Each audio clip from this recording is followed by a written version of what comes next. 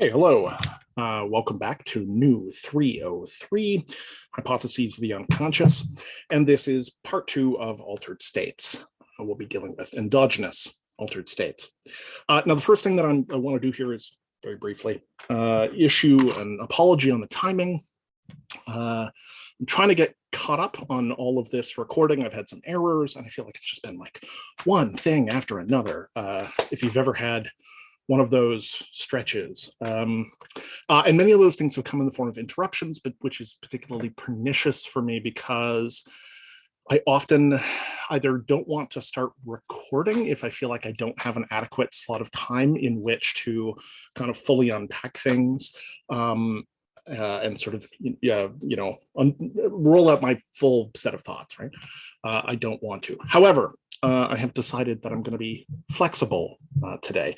So I know there's a very high probability that at some point during this recording, my phone is going to ring because I'm receiving a big bulk delivery of Epsom salts and energy drinks. So that's going to happen at some point. I think I'm going to be flexible. I'm just going to hit the pause button. I'm going to go get the delivery. I'm going to come back. This is the flexibility. So here's the flexibility, which is in fact one of the themes of the course, particularly around altered states. So, it's apropos.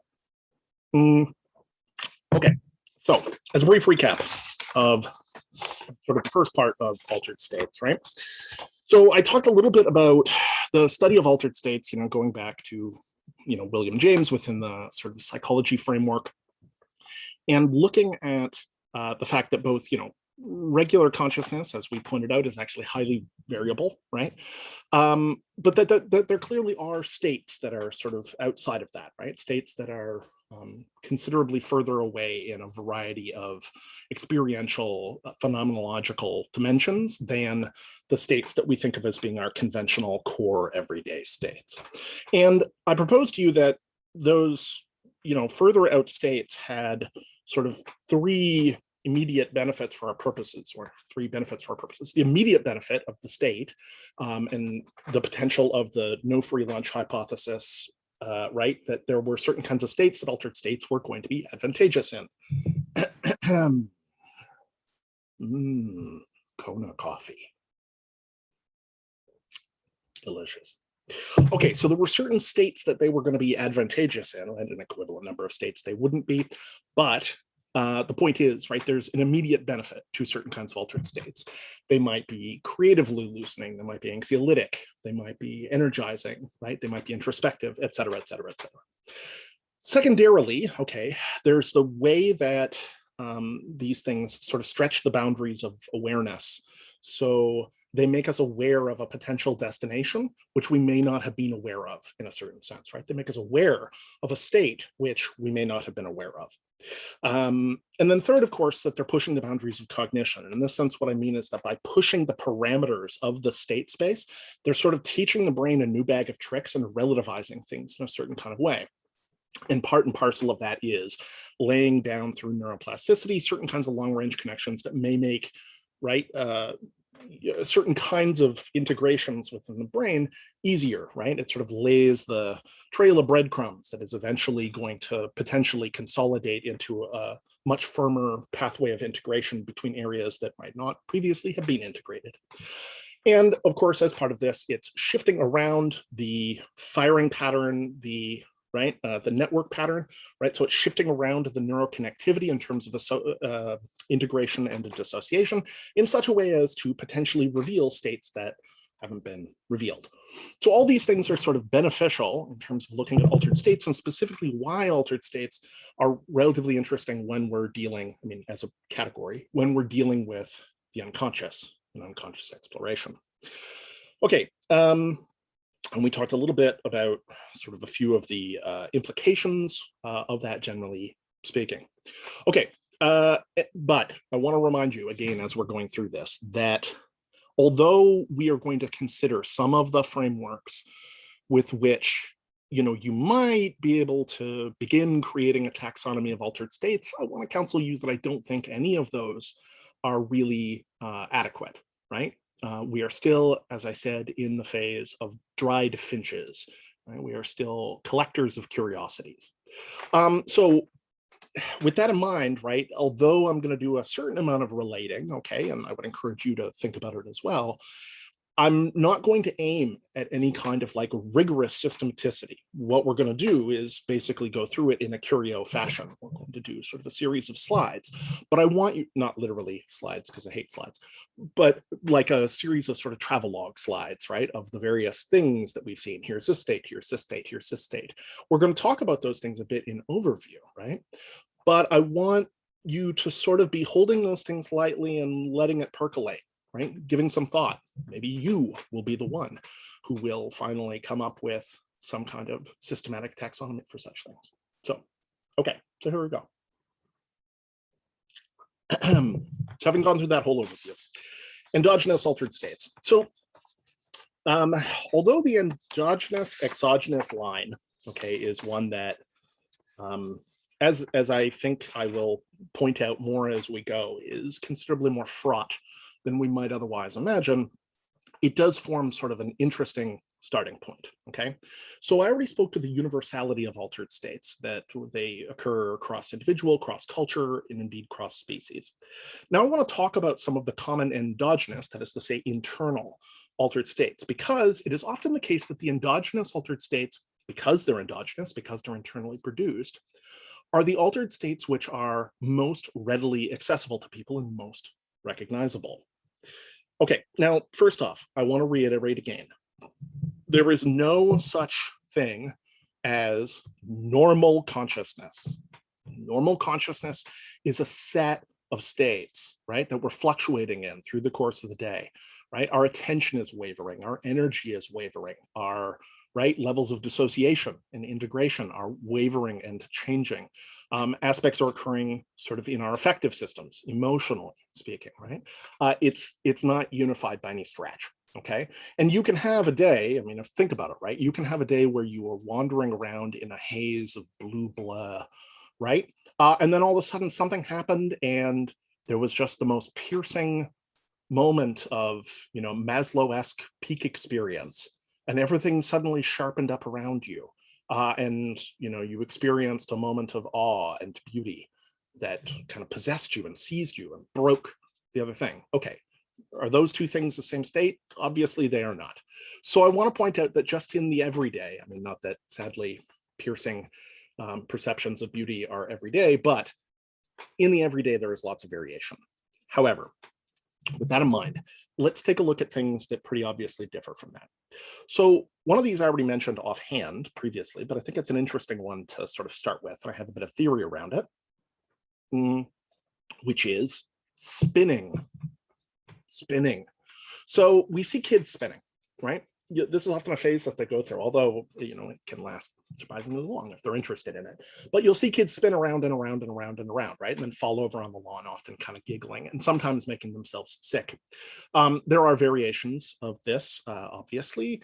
I was on the Alice in Wonderland teacups at Disney World a few years ago. And if you give the wheel in the center of that thing a crank, you get a very similar kind of comparable experience. So kids are spinning, spinning, spinning, and then they're falling over. If you recall that state, you'll realize that it has the makings of an altered state.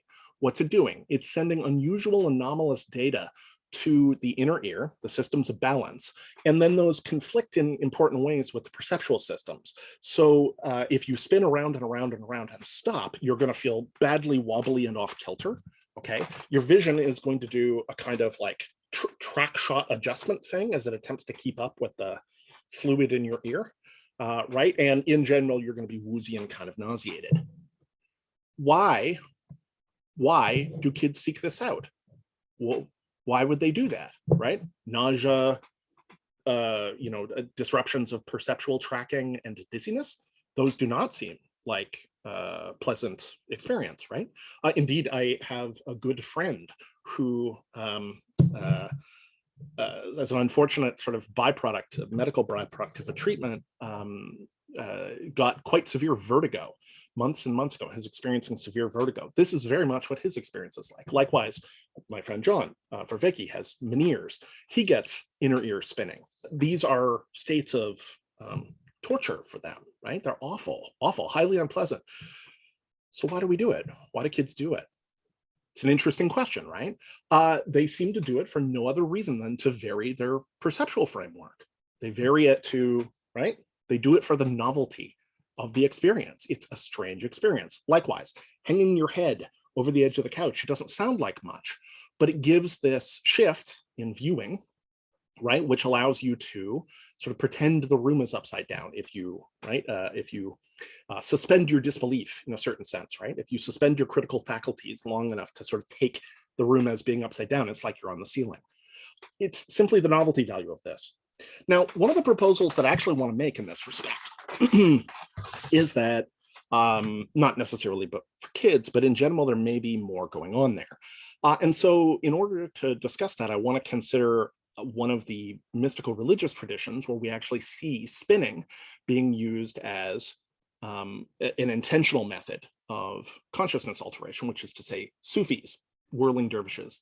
So Sufism was, of course, the mystical tradition of Islam, and many of you will be familiar with the so-called whirling dervishes, who spin with these sort of long skirts which flare out around them in a conical fashion.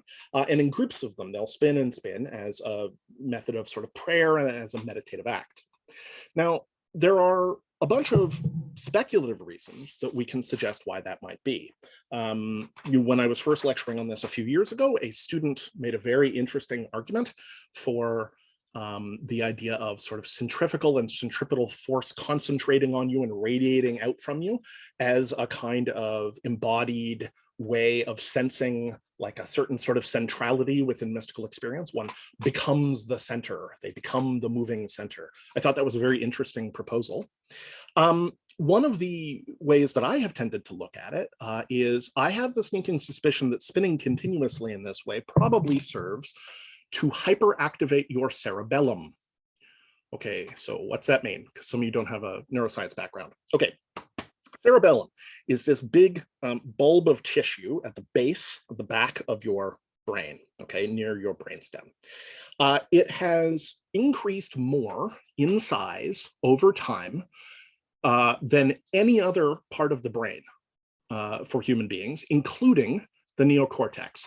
So its size expansion over the comparable evolutionary time has been greater than the neocortex's. It is the single largest sort of expansion of brain mass relative to brain mass in sort of comparable predecessors. Okay, so what does it do? Well, one thing that it does is that it handles balance. The cerebellum is responsible for balance. And indeed, a number of commentators until relatively recently have looked at this cerebellar expansion within humans and have decided that the reasoning for that is that we need it to walk upright. That's been the reasoning. We had to have this massive expansion because we're bipeds. We walk upright. And I say that's bullshit. And here is why. Because monkeys haven't seen this kind of expansion and apes haven't seen this kind of expansion, chimpanzees, etc. And if you are trying to tell me that an ape or a monkey brachiating, right, swinging through trees and branches, perching, swinging, etc., is engaging in a less complicated task relative to balance and limb coordination than we are, right, as bipeds, no, I don't believe it. Now, interestingly, the cerebellum has also been implicated in a number of other important areas of processing. So for one thing, the cerebellum outputs actually quite a bit of signal. It seems to take in a lot of signal and it outputs a lot of signal, about 10 times as much in some ways going forward as sort of going back. And it seems as though in some ways it's responsible for sort of pattern shipping. So an area comes in here and it goes out here. Now, you would expect that with balance and with coordination of limbs, right, you would need a certain amount of that. And this might be one of these instances where evolution has accepted those systems, because while some, the lower sort of areas of the cerebellum are responsible for like motion coordination and balance, right? Other areas are responsible for things that we might not necessarily expect. Figurative speech. They're responsible for metaphor processing, figurative speech. So in areas where they're damaged, figurative speech is often inhibited. So areas where the lower parts of the cerebellum are damaged, people develop what's called dysmetria. Dysmetria where they have this kind of discoordination, right? Things aren't, the timing of stuff in their movements is kind of messed up. People who damage the middle and higher regions of the cerebellum showed a deficit which has been labeled dysmetria of thought, which is to say that they're not able to coordinate certain kinds of things. And if you consider a piece of figurative language, a metaphor, right? If you consider a metaphor, then you understand that metaphor has an important kind of pattern shipping function to it too. A metaphor consists of a phrase where we compare one thing to a second thing in order to transfer some of the relevant features of the first thing to the second, right? So those of you who have gone through CogSci will be very familiar with this, but the classic version of this is like, Tom's such a pig. Okay, when we say Tom's such a pig, we don't mean, of course, that he is a literal barn animal with a curly tail, etc. If somebody took it that way, we would sort of look at them. What we mean is something else. Depending on the context, we might, of course, colloquially mean that he's a police officer, although I find that usage less common these days. But we probably mean something like he's uncouth, maybe he's too sexually forward, he has rude habits, he's gross, right? To say, oh, Tom is a pig, right? What we're saying is not that he's a barn animal, but that we're supposed to carry certain features of the first, or of the second part, the comparison, pig, we're supposed to apply them to an understanding of Tom. Now, this isn't a CogSci class primarily, so I'm not going to get into why this is such a fascinating problem, like how it is that we go about selecting the relevant features and not the irrelevant features. I would simply direct you in this case to, and oh, hold on, give me 1 second. Okay, sorry, I totally lost my train of thought. What were we talking about? Dysmetria of thought, cerebellum. Okay, so I'm not going to unpack it full length why metaphor is sort of interesting in terms of the specificity of its relevance. I would encourage you to just take some cognitive science courses. Cog 250 covers that one. You'll see it in other places. And I don't know this for a fact, but I assume John Vervaeke probably unpacks it in videos. His thing, maybe I'll do a video on it at some point. But you could check his YouTube channel. There might be something there. In any event, okay, the point is it's involved in this kind of figurative language, cerebellum, and you can get this dysmetria of thought, which I actually think is sort of a clumsy method of referring to it, but there we are. Okay, the other thing that the cerebellum is implicated in, though, which is where this gets particularly interesting, you can see this kind of scaling up. And the third thing is it's implicated in insight. It's implicated in insight. So the eureka moment, the breakthrough moment where we, right, solve a problem, where we have to sort of jump in some sense a logical divide and radically reframe our environment, right? The insight moment, it's implicated there. Now, we're going to talk about insight at greater length later, but I want to talk about this a little bit. So this is the work of Ito, I-T-O. If you look up, I don't know, cerebellum insight Ito, I don't know, I don't recall exactly. However, the basics is that when somebody is about to have an insight, you know, you put them in and you sort of prime them for an insight experience in various ways, give them an insight problem. The moment before the insight occurs, the cerebellum lights up. Now, from our perspective, down here is, right, balance and, right, coordination of limbs and movement, right? Slightly higher, right, we have, I guess, metria of thought, which is to say we have, right, metaphorical connection making, right, pattern shipping, etc. And up here we have insight, right, which is, again, often this kind of connecting together, this radical reframe to, right, solve a problem, see things differently, see a way through. Okay, so a moment before the insight experience occurs, the cerebellum lights up. So here's my basic hypothesis. I've never tested this. I've wanted to for years, haven't gotten around to it, but you can hear it here, which is, I think that what's happening with whirling dervishes is that by spinning and spinning and spinning and spinning, they are hyperactivating their cerebellum, right? It would require a certain discipline to do this without falling down, right? You only have to do it for 30 seconds before you realize, in fact, how hard it would be to keep your footing if you were doing this all day. And they do it for hours. You can see footage, you know, if you type in whirling dervishes or whirling dervishes skirts or something, you can see rooms full of whirling dervishes. It's quite amazing and beautiful. They would be hyperactivating their cerebellum to be able to do this, right? They'd be hyperactivating their cerebellum. And I think that hyper activation, plus maybe this embodied centrality, I am the center business, both sort of prime them for an increased rate of insight, but also combined together with the kind of prayer and meditation that they're doing, right? Makes it more likely that they're going to kick into certain kinds of mystical and altered states. And they're doing it in a very clever way, right? They're leveraging a kind of biological acceptation. So what's acceptation? Because we haven't touched on that yet, and it's going to be important. Okay, acceptation is how evolution basically does its work. Okay, evolution, Mother Nature, right, is not an inventor. She's a tinkerer. She takes what's ready at hand and typically adapts it into something that serves the purpose. So as an example, okay, feathers. And now it seems increasingly ever more sort of creatures seem to be feathered in the historic past. I have never quite adjusted to the Tyrannosaurus Rex being feathered, but all evidence seems to indicate it is.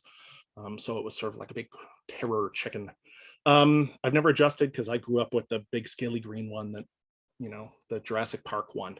But okay, it's feathered. It's a feathered terror.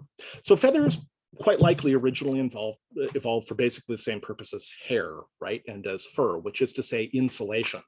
But some of the unique properties of feathers made it exceptionally well suited, right? In terms of air resistance to being spread out from limbs in certain kinds of ways because of the stiff spining, and therefore to accept itself into first gliding and eventually into true flight.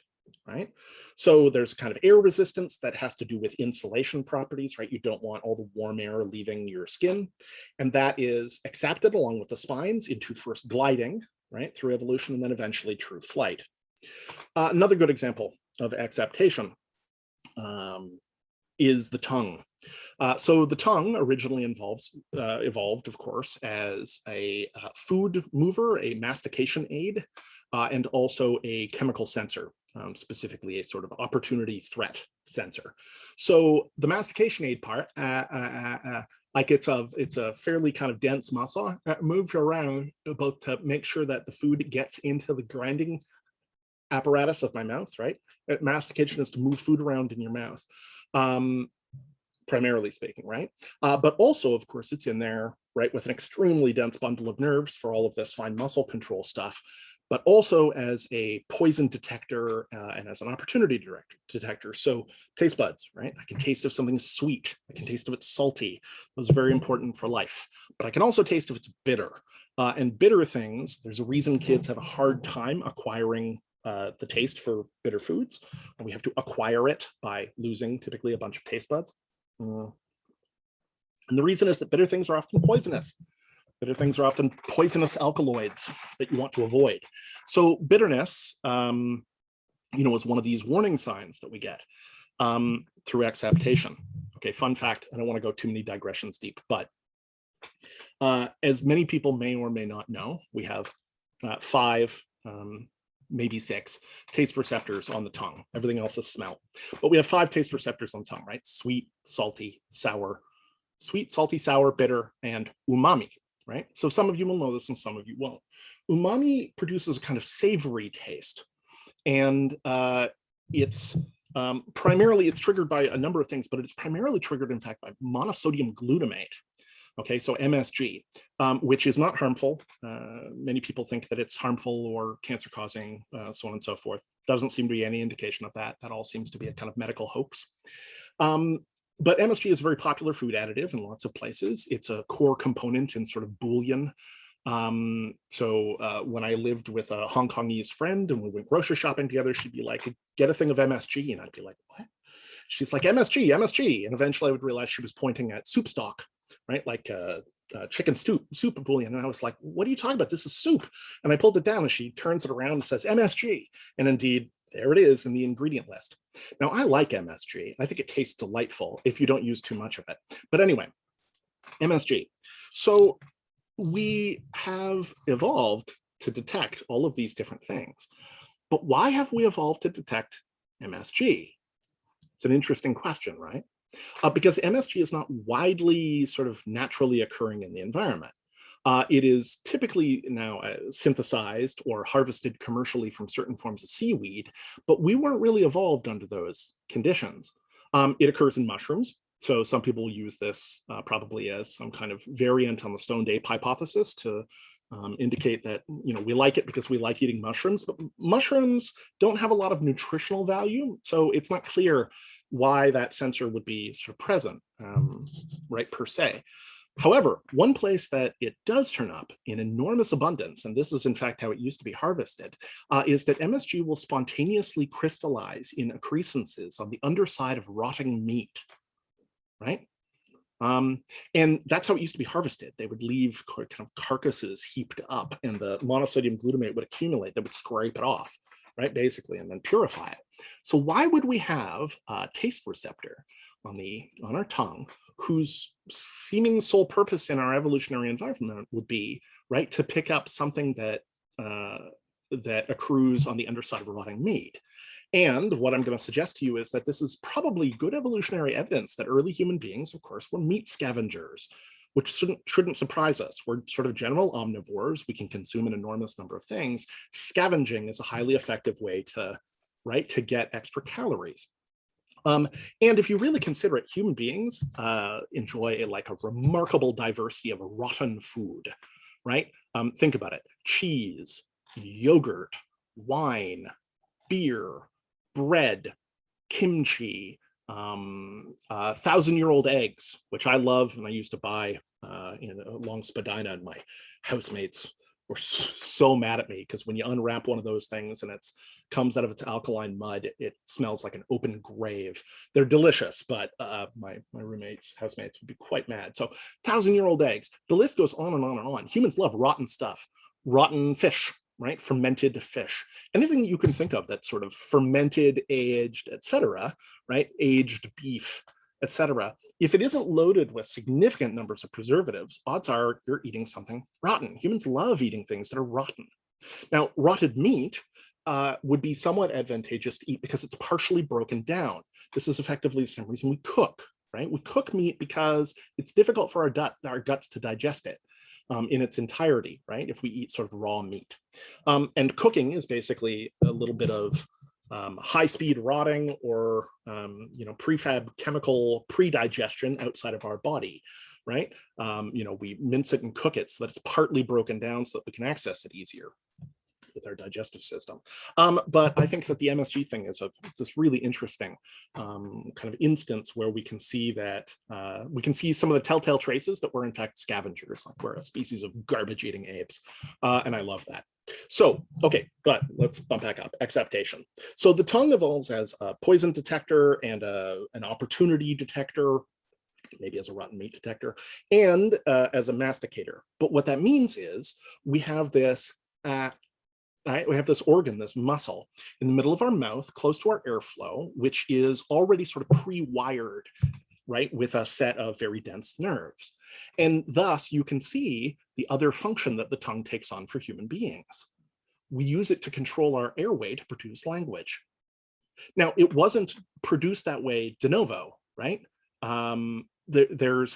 All right, we didn't get a completely new speech organ. We didn't get like the talk mouth in the middle of our chest or something.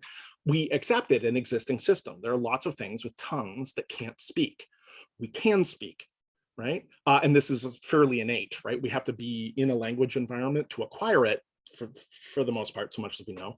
But, it's a relatively, at least the complexity of what we think of as language, it's relatively unique to our species, and yet it's certainly not unique to have a tongue in a mouth. The tongue is doing all sorts of complicated things when you're speaking to modulate your airflow and produce sound, but that's accepted from its original function. It's accepted. There were functions already on board. Mother Nature is a tinkerer, right? That tinkers that system into being able to handle the need. Okay, so this idea of acceptation. If we think about the cerebellum in the same way, right? It seems like, okay, initially speaking, we have a system that is involved in balance and the coordination of movement. But then that system, because it's involved in pattern coordination, is accepted into other kinds of pattern coordination as we're dealing with more sophisticated, more abstract, right? Sort of higher level intellectual functions, more abstract intellectual functions. All of a sudden, this machine, in some sense, at the back of our brain, which handles this kind of pattern shipping, pattern connecting stuff, is suddenly useful doing that duty, but with a different kind of pattern shipping, which is to say it's involved in, right, figurative language, metaphor. So we see that. And then, of course, insight, right? The powerful moment of insight, which likewise seems to have this kind of transfer property to it. So it seems as though, right, the cerebellum's massive expansion is much more likely to be due to these secondary accepted functions than it is to the primary function, because my sense of balance isn't even that good. I'm kind of clumsy, frankly. But I have a good sense of metaphor. So there we are. Okay. So dervishes, whirling dervishes, spinning. Okay, now I like to pick that one as a bit of an introduction to endogenous states because there is kind of a richness there. It's something that's dead simple and extremely common. But as soon as we start looking at it, we see, well, actually, this forms an interesting role in certain kinds of like mystical religious practices and culturally, and kids are doing it and one wonders why, and there's a real complexity there.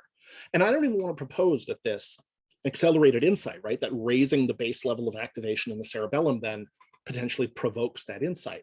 But I will say that a study has shown that you can improve your performance on insight problems by briefly dancing.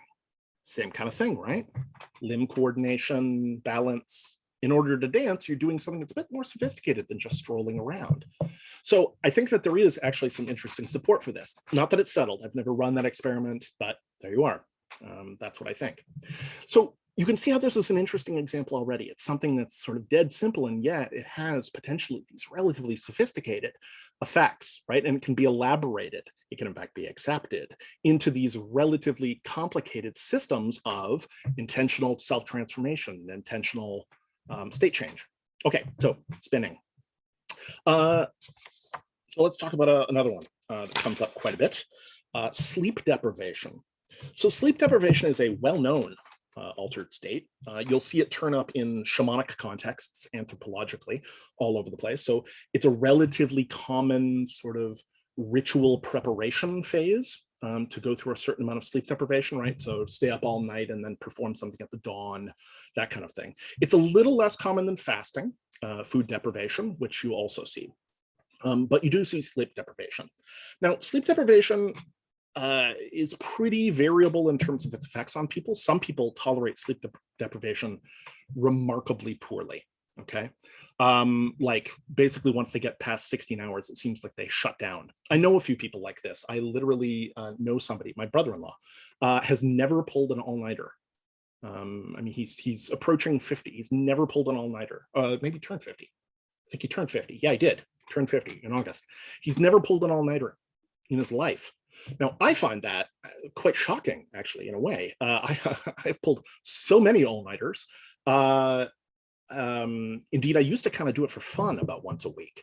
Like, really, actually, my schedule was a lot sort of more open then. But yeah, pulling an all-nighter was like something that I did to just stay up really late and read and do a little writing and whatever. And seeing the world on the other side, right? Sort of seeing the sun come up, which was an uncommon experience for me otherwise, always had this clarity, the sharpness. There was a quiet that fell over things. I sort of enjoyed it as a state, a bit of sleep deprivation. So I used to stay up like once a week.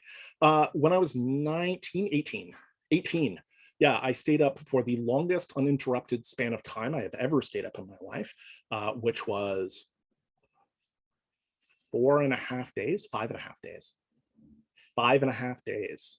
No, yeah, no, 4. 4. I'm going to tell this story. I should have the details right. 4.5 days. So this was, let me think, my senior year of high school, although I wasn't really going to high school at that point. But my business partner and I at the time were trying to get a business document ready. We were trying to get I had an invention and I was looking for funding.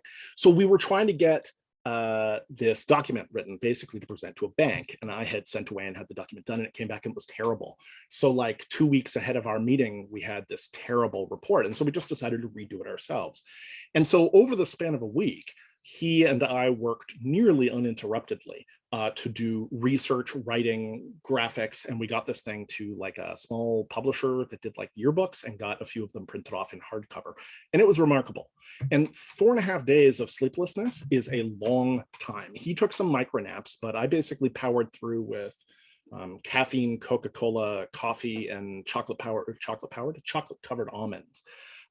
And being the longest I'd ever been awake, there's no question I was in an altered state. I was in a mildly altered state by the second day of being awake. I was in a much more serious and dysregulated altered state by the third day. And by the fourth day, I mean, you know, people make that joke that after 3 days without sleep, you're legally insane.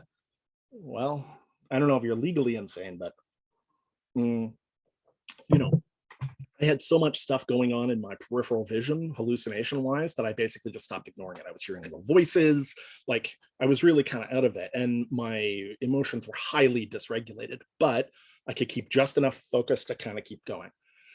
I do not recommend this. Please do not take this as an endorsement. And also, as I get older, I find I can't do it. I mean, 4.5 days, I wouldn't even try. But I find I can't do all-nighters anymore. Age, it turns out. Time is a cruel robber in lots of different ways, and that's one of them. I just don't tolerate, which is too bad because my writing has been intimately tied to this kind of thing for many years. So it presents something of a challenge for me. Okay, so sleep deprivation. So I've already mentioned some of the effects that we see from sleep deprivation. We see a certain amount of hallucination, pseudo-hallucination, usually in the periphery. We tend to see a certain amount of true hallucination, often in the form of voices or sounds. So people will hear noises, snatches of music, their name being said is relatively common. I think I mentioned that fact in the lecture on the multiple self, I believe, in week 4. So somebody hearing their name and then they turn and there's nothing there, relatively common. And of course, there is also a serious like dulling of sort of attention, which we'll get to in a second, and this kind of emotional volatility. An acquaintance of mine tells a story where he was sleep deprived. I think he stayed up all night to study for an exam or something. And he went to the cafeteria the next day and he's eating and he's kind of out of it. And he dumps his tray into the garbage. And one of the things that he accidentally dumps in the garbage is his apple. And then he sat down on the curb and wept because he didn't get to eat his apple. He had thrown it away. And when I heard that story, you know, some people laugh, some people say, oh, and I sort of did both because I know exactly where he's coming from, the sort of outsized way that things can hit you. The most I've done in this respect was a few years ago when I was running the Mind Matters conference. We decided the second year of it that we would do a 2-day conference. It had been a 1-day conference the first year, and it was a 1-day conference in year 3, 4, 5, and 6. And the reason why is year 2. We decided we would do a 2-day conference. And it was going to be on the twin aspects of that year, I think. It was desire and entanglement or something. No, which one was 2? Anyway, doesn't matter. The point is, it turns out you don't get a lot of sleep when you are the head person for a 2-day conference and you're trying to get all of that coordinated. So certainly by the end, I was pretty emotionally dysregulated. So sleep deprivation. You see sleep deprivation turn up in lots of, as I mentioned, ritual, religious, mystical, magical contexts. There is an aspect of it that I want to talk about that I think is really interesting. So as I already mentioned in the multiple self lecture, okay, the fact that one hears voices may in fact itself be an indication, right, that there is some amount of model dissociation occurring. That's kind of the hypothesis I was presenting there.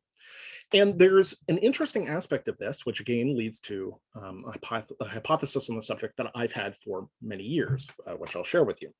So one of the things that I noticed when I was a full-time writer, and I wrote a lot of fiction, was that I seemed to really hit my stride sometime after the witching hour, which is to say often sometime after midnight when I'd stayed up and I was writing, and all of a sudden something would click into place and I would hit something that even seemed to exceed being a flow state. I mean, it definitely had a quality of flow to it insofar as I was extremely sort of fast and creatively prolific and slipstreamed, really absorbed into the task. But often there was this additional quality to it, which bore comparison to something like automatic writing, if you're familiar with that. And that's something we'll probably talk about more. Well, maybe I should talk about it now.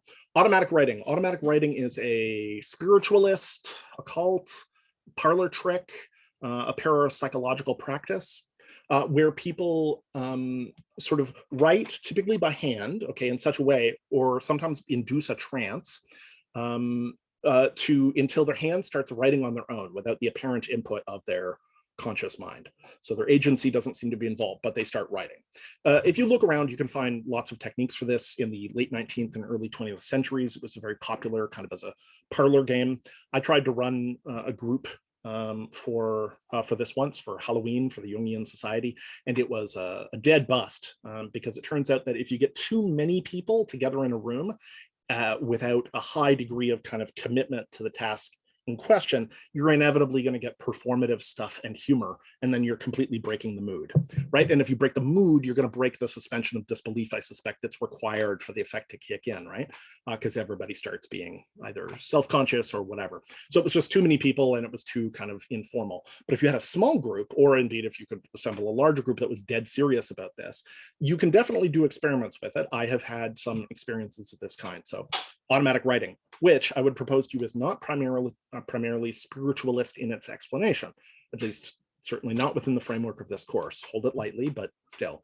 I would propose it's dissociative, which is to say that many of the techniques of induction, which you use to sort of kick off that state, share like a marked resemblance to hypnosis. And we know that hypnosis can induce targeted forms of dissociation. And we know that hypnosis is not simply inducing dissociation right between the language processing center and consciousness, right? For the Stroop test version that we see out of the RAS lab, right? It's able to introduce all kinds of dissociations, a fact that we will come back to a bunch.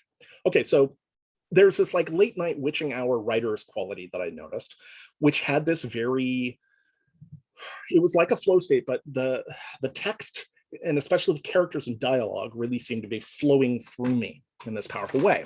And this is actually widely reported. And if you look, late night, so a disproportionate number of professional writers are in fact night owls, right? This is, it's well disproportionate in the population. Now, I don't know for sure, but I want to propose an interesting possibility around this, which is what I think is happening in some cases of sleep deprivation. So I spent so much time sleep depriving myself, right? Over the years, right? From the time I was, I don't know, 10, maybe 12, pretty early. I would be sleep depriving myself fairly regular for school, but also for fun, right? Staying up really late playing games and so on and so forth. And one of the things that came out of that was that I function relatively well in a state of sleep deprivation, whereas some people are sort of falling over. I'm maintaining my wits. I can remain relatively functional. Enough so that I have, over the years, talked to quite a few people who, when I said, oh yeah, I haven't slept in 36 hours or something, they're like, really? People don't seem to notice. Now, why is that? It's an interesting question. So, you know, when you're really tired, you know, you get to kind of the edge of 16 hours and past it, and you start experiencing a slowdown and a flattening in your language production, like you start talking slower and your ability to produce like interesting and creative sentences starts to drop, right? You're limited to this much more monotonic and like simplified kind of speech. And some of that is like, you know, the lights are flickering behind the windows, but some of it is like your production centers seem to be impaired, right? Your language production centers seem to be impaired. Well, why is this? The reason, as it turns out, is that past a certain point, the language centers of your brain, just the customary language production centers of your brain, just offline, right? They go offline. Okay, so how come we don't then experience like selective mutism or something? The answer to that is that although the primary centers go offline, like there's a limit to how long they are in continuous operation, there are secondary centers under massive multiple redeployment, right? We know that different areas of the brain can pick up all kinds of secondary processing tasks. So basically language production shifts over to an entire secondary area. Okay, now the thing is that area is less well adapted to language. It can do the task in some basic sense, but it's just not as good at it as your primary area. And so you start dropping into stereotypical speech production, right? Wrong words sometimes, etc. Right? Backup system. Now, if you were to engage that backup system repeatedly, you would expect that like any system that you engage repeatedly, it is going to gain in skill and facility and finesse, right? So essentially speaking, if you keep engaging the backup system over and over and over again, you're training it. You're training it to a high degree of facility in the same way as effectively you trained your primary system. So I propose that basically, by repeatedly engaging in sleep deprivation and nevertheless doing writing, which is what I was almost always doing when I was sleep deprived, right? Doing schoolwork, writing a book, writing an article, like a lot of my sleep deprivation of the years was writing or language production of some kind, right? Role-playing games, there's lots of verbal language production, sophisticated verbal language production. One of the reasons that people can't tell when I'm highly sleep deprived is that my verbal centers actually remain quite, my backup systems are quite good. Okay, now, what's the witching hour effect I want to propose? Again, this is just an experiment. I've never run it. I haven't had the time. I've had the idea for years. So if somebody else there wants to, whatever, operationalize this and run it or critique it, tear it apart, I encourage you to do so, because I got so many books full of ideas that I can't ever get to. So frankly, I'd be happy for somebody to do it and just like send me a note. But anyway, here's the idea. The idea is basically that when you're in witching hour state as a writer, provided that you have trained into this kind of late night production, there might exist a sort of period of time where the Venn diagram of the two systems temporarily overlaps, which is to say that you succeed in bringing on the backup system before the primary system has gone offline. And doing that, initially speaking, is going to give you two systems to work with, but rapidly that's going to be confusing. And so they begin to develop an integration system between them. If you can bring up both systems, integrate between them, then all of a sudden you've got two subsystems capable of handling sort of independent language production tasks to a certain extent, and in an operating dialogue with each other.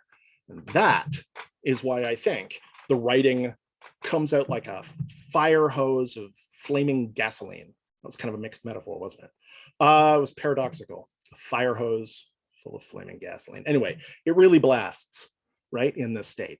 And one of my ideas is that you may actually be seeing a co-activation of these two systems, because it does seem that like you get the regular period, right, and then there's this radical increase for a while, and then often it drops off and you're running on the backup system. So did we get those systems to co-activate, right, overlap in their activation, perhaps even dialogue? What would that be like? Would it be like hearing your characters talk to you? Maybe, right? Harnessing dissociation for your own purposes. So sleep deprivation. Now, sleep deprivation sort of falls into the general set of deprivations, okay, that we see in the endogenous state. So we get sleep deprivation, we get food deprivation. You don't get too much water deprivation, and you don't get too much air deprivation. We'll talk about that, but you don't get too much water deprivation because it doesn't take people very long, and thirst is an extremely distracting state. But you get sleep deprivation, you get food deprivation, which is to say fasting. You get sex deprivation, which is a relatively common form of ritual preparation, right? Religious preparation, mystical preparation. It's also a relatively common sort of taboo or prohibition, depending on your cultural system, for doing certain kinds of psychospiritual work or magical work, right? Religious work. So sex deprivation, abstinence, and sensory deprivation, broadly construed. Now, we've talked about that a little bit already because we've talked about the sensory deprivation tank, flotation tanks, right?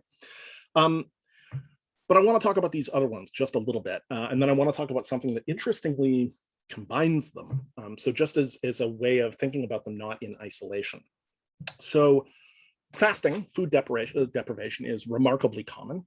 Fasting, if you've ever gone through it, does produce a peculiar kind of state. I've never gone through a long fast. The longest fast I've ever gone through is 5 days. But I've done that quite a bit. Fasting for a day is not really a problem. The first time I ever fasted for a length of time, for 5 days, I was quite struck, right? The first day was mildly uncomfortable. The second day, I was, like agonizing in a sense. Like I kept thinking of food over and over and over again. And food became super salient in my environment, right? I could smell food from like a great distance, seemingly. I had, like Wolverine senses. I could smell food from a great distance. I was, thinking about food, salivating about food. I was very much in the frame of mind of sort of Charlie in Roald Dahl's Charlie and the Chocolate Factory, right? Oh, which I did a reread on one time when I was, how old would I have been? 19, maybe? 19? Yeah, 19 or 20. Anyway, when I was young, I did a reread of that book during a period where I had like no money, and I was starving. And that is not a book to reread if you're really, really hungry. It's just torturing yourself. But anyway, food became super salient to me. That was day 2. Day 3, on the other hand, that began to seriously fade. Like food just became kind of less primary for me. And by day 4, I was experiencing like no serious hunger at all, and had gone into a kind of effervescent, bubbly, fizzy sort of state of almost like drunkenness, as I assumed my body was sort of cannibalizing fat reserves and possibly my organs. But there was like a floaty lightness to it that actually was quite pleasant, and continued. And then day 5, I broke my fast. And I've done that a few times. If you ever had the experience, it's really quite interesting. A day's fast isn't really problematic at all. You might get a little woozy. You can offset that with some salt supplements, and your hunger as well. But that sort of fizzy space is very interesting. However, for our purposes, it's also really interesting what's happening in the early phases. That after about a day, your salience landscape begins to bend to foreground food items to you in this really powerful way. Similarly, many years ago, when I first did the ketogenic diet, right, in which you're basically cutting out all carbohydrates, right, you're getting enough nutrition, but you get cravings for carbs. And so in the first month that I ever did it, I mean, I was eating basically all protein and fat, no carbs at all. I was doing a very strict version. And like, I found myself after 3 full weeks, like dreaming of toast, buttered toast. And seriously, I would have like stabbed a man in a dark alley for a can of Coca-Cola. Like, that's how I felt. Now, interestingly, after doing ketogenic dieting for many years, I don't get those kinds of cravings. I am still, by and large, ketogenic these days, although I primarily actually do it for the cognitive effects. At the time, I did it for weight. But the cognitive effects of being on a ketogenic diet are quite striking. I find my energy is much more persistent. My attention is clearer. And there are some good reasons for that. Because when would we naturally be in ketosis? Here we are back to evolution. When would a human being naturally be in a state of ketosis? Well, obviously, when there isn't food around, right? Okay. So what are the benefits of fasting and why? So an interesting evolutionary fact is that of all of the great apes, humans sort of metabolize excess energy, in a sense, least well. We put on fat the easiest. We're the most efficient fat makers of all of the great apes. Now, we are also, as I mentioned, bipeds. We're upright, and we are sort of long distance walkers and runners. We're built very differently than certain other kinds of bipeds. We're sort of built to be long distance walkers and runners. And we accumulate fat very efficiently, very, very efficiently, right, compared to other apes. Now, it's no, it's not exactly a hidden story that in our culture, particularly in the developed world, obviously, right? But many people are struggling with weight, right? I myself, in fact, struggle with my weight. Many people do, and there are possibly a great number of factors there, right? There seem to be certain kinds of chemical exposures that might be a factor. Disrupted sleep and artificial light probably are a factor, right? Et cetera, et cetera. But one of the things is just that we have gotten remarkably good at meeting our evolutionary needs in a sort of hypertrophic way. Fast food, which we'll get around to in a bit. You know, in the meantime, however, it's like people have a hard time with it. In the US, some of this might be cultural, but in the USA, in the United States, something north of 50% of the population is considered obese. Now, the thing is, obviously, you know, some of that has to do with like trips to drink a big gulp, and it has to do with cultural things, and I understand. However, lack of exercise, but also on top of that has to do with this extremely efficient accumulation of fat. The reason for that seems to be that humans as a species are adapted to acquire fat very efficiently and then go through long periods of fasting, right? Basically where we eat those reserves as we walk to someplace else. And then when we get to someplace else, we gorge. So we gorge, we fatten, we walk. We gorge, we fatten, we walk. This is what human beings are sort of built for in a certain sense.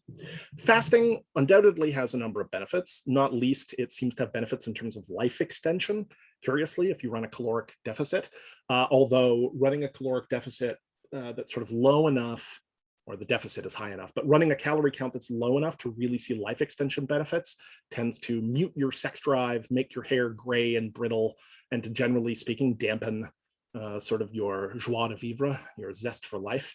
And it's like, well, I don't know if I want another 50 years if it's like that. I think I'll just take the regular length, maybe. Anyway, the point is that being in a state of fasting seems to have all kinds of actual kind of cognitive advantages as well. In addition, there are some good reasons to think that it may do things like sort of deal with cancerous and pre-cancerous masses, because of course, in the effort to find anything to cannibalize in the system that isn't going to be a key organ system, the body will go looking for stuff. And the theory is it stumbles upon cancerous and precancerous masses and then tears them apart for fuel, which is sort of a fun and satisfying idea. So the point is, we're sort of designed to do fasting on a somewhat regular basis, but there are also clearly altered states components to it. It makes things more salient, but then if there's like a fizzy intoxication quality to it that kicks in, that's often quite joyful. And you'll hear that described pretty widely. Okay, I'm not going to talk more about fast food right now, as interesting as that subject is from our perspective. Okay, sexual deprivation. Yeah, so going without sex can obviously be voluntary or involuntary, but the sort of deliberate deprivation, is often about, interrupting a somewhat regular pattern. To some extent, you can see movements like this. There are, of course, online communities you may be aware of where people, for instance, attempt to forego masturbation, self-stimulation. So this is the so-called no-fap movement. And people make a lot of claims in there about what the sort of cognitive effects and energetic effects of foregoing self-pleasure may be. However, aside from that, there is in fact a sort of tradition of excitation without release, which is to say that we see this in numerous magical, mystical, and religious traditions. Most famously, of course, Tantra, right? So the Tantric Vajrayana schools of Buddhism in Nepal and Tibet and northern India have, for centuries and centuries, used sex as a kind of left-hand path method of facilitating and channeling spiritual development and meditation. Now, some of this in a left-hand path, okay, is a path of indulgence. It's like, move towards pleasure as a way of exhausting your taste for pleasure, that kind of thing. But some of it is about excitement without release, right? Now, Tantra, of course, gets a certain kind of cultural nudge, nudge, wink, wink. People end up talking about Sting from the Police or something, we have it somewhat stereotyped, which is to say that, the person who's talking about the mastery over tantric sex is the guy with the, beaded necklace who's trying to didgeridoo his way into your pants. But the point is that these practices, and not just in Tantra, have a pretty well sort of formulated set of systems. Now, how this works is a totally different question. But the claims are that basically, if you can sort of arouse sexual energy, but without releasing it, that is to say, without consummation, without orgasm, right? That this is going to have certain kinds of effects in and of itself. It's used in conjunction, for instance, with breath work. And we'll talk about that a little bit more when we talk about Kundalini. So it's used in conjunction with breath work and other things. People make fascinating claims around this. So that, of course, is an excitation and deprivation, right? It's hovering in this sort of difficult space. But there is also, of course, just the celibacy model. And that's not uncommon either. You see it in religious ceremonies. You see it with certain religious practices. There are certain anthropological studies and things where, like, the shaman or the medicine person in a tribe will forego sex or simply be denied sex, right? They do not take a wife, they don't have sex, period. Or, in advance of some kind of major, working, some kind of major ceremonial working, they will abstain from sex for 30 days, something like that. So this stuff is relatively widespread, sort of sex deprivation. Okay. And then I said we wouldn't talk so much about air deprivation per se, but I do want to talk a little bit about breath work. There's a lot more to be said about this, and we will be saying more, but breath is very interesting from the perspective of the study of altered states and intentional self-transformation, because the breath system is one of the few systems that operates in this sort of penumbral cusp. It's right on the threshold between conscious and unconscious process. So, right, you can, of course, consciously intervene. You can consciously intervene and do some kind of weird thing with your breath. You can hold your breath, for instance. But what you can't do is hold your breath until you die, which is why when kids threaten this, right, they threaten to hold their breath as part of a tantrum, we're inclined to just let them do it. Why? Right? Because if they were like, you know, holding a knife to their head as part of a tantrum to get more delicious jelly beans, we would be inclined to try to disarm them or at least talk them out of it, right? But we'll let them hold their breath. Why? Because we know that they're going to pass out, basically, and it won't hurt them unless they fall and crack their head. It won't hurt them. And when they do, the unconscious system will simply resume, right? The autonomic system will just take it over. Why? Because the system is breathing. It's just much too important to leave entirely in the hands of consciousness. Consciousness can intervene in a top-down way up to a point. And as soon as whatever consciousness is doing interrupts the cycle of consciousness, which is certainly disruptible, right? Then the autonomic system takes over and it's like, okay, good, you've had your fun. Like, we're just going to run the regular show. So, but it's right on this cusp. We can influence breath intentionally, but breath operates 99.9% of the time entirely unconsciously. But then right on that cusp, there's a few things, right? Like holding my breath, clearly intentional. You know, this regular breathing, unconscious, right? Conscious, unconscious. Speech, speaking or singing. It's in an interesting middle ground. On one hand, right, of course, speaking is by and large a voluntary and conscious operation. But as you will note, and I think many of you, if you've sort of been introspective about this, will note, it's not as though I'm really making the exact decisions about what I'm saying. I have general intentions to do so, but I'm not sort of speaking from memory, right? I'm doing language production as I go, which means I'm not making individual choices exactly here, right? I'm sort of pointing the system in a direction and allowing it to unfold as necessary. And I'm definitely not consciously controlling the individual movements. If you start thinking about what your mouth and what your lips and your tongue are actually doing when you speak, you're going to very rapidly interfere with your own processing, right? It's like pointing out to somebody, you know, their tennis stroke in order to throw their game off. Oh, that's a really interesting thing you do with your elbow on the backhand. Well, and all of a sudden they're messing it up because they're paying attention. These are you know, largely automated systems, and yet they're still sort of within my conscious control. Obviously, I can intervene in different ways to produce effects if I wish to, right? I can choose to speak in a more conscious and deliberate fashion. I can intervene in different ways over this production, right?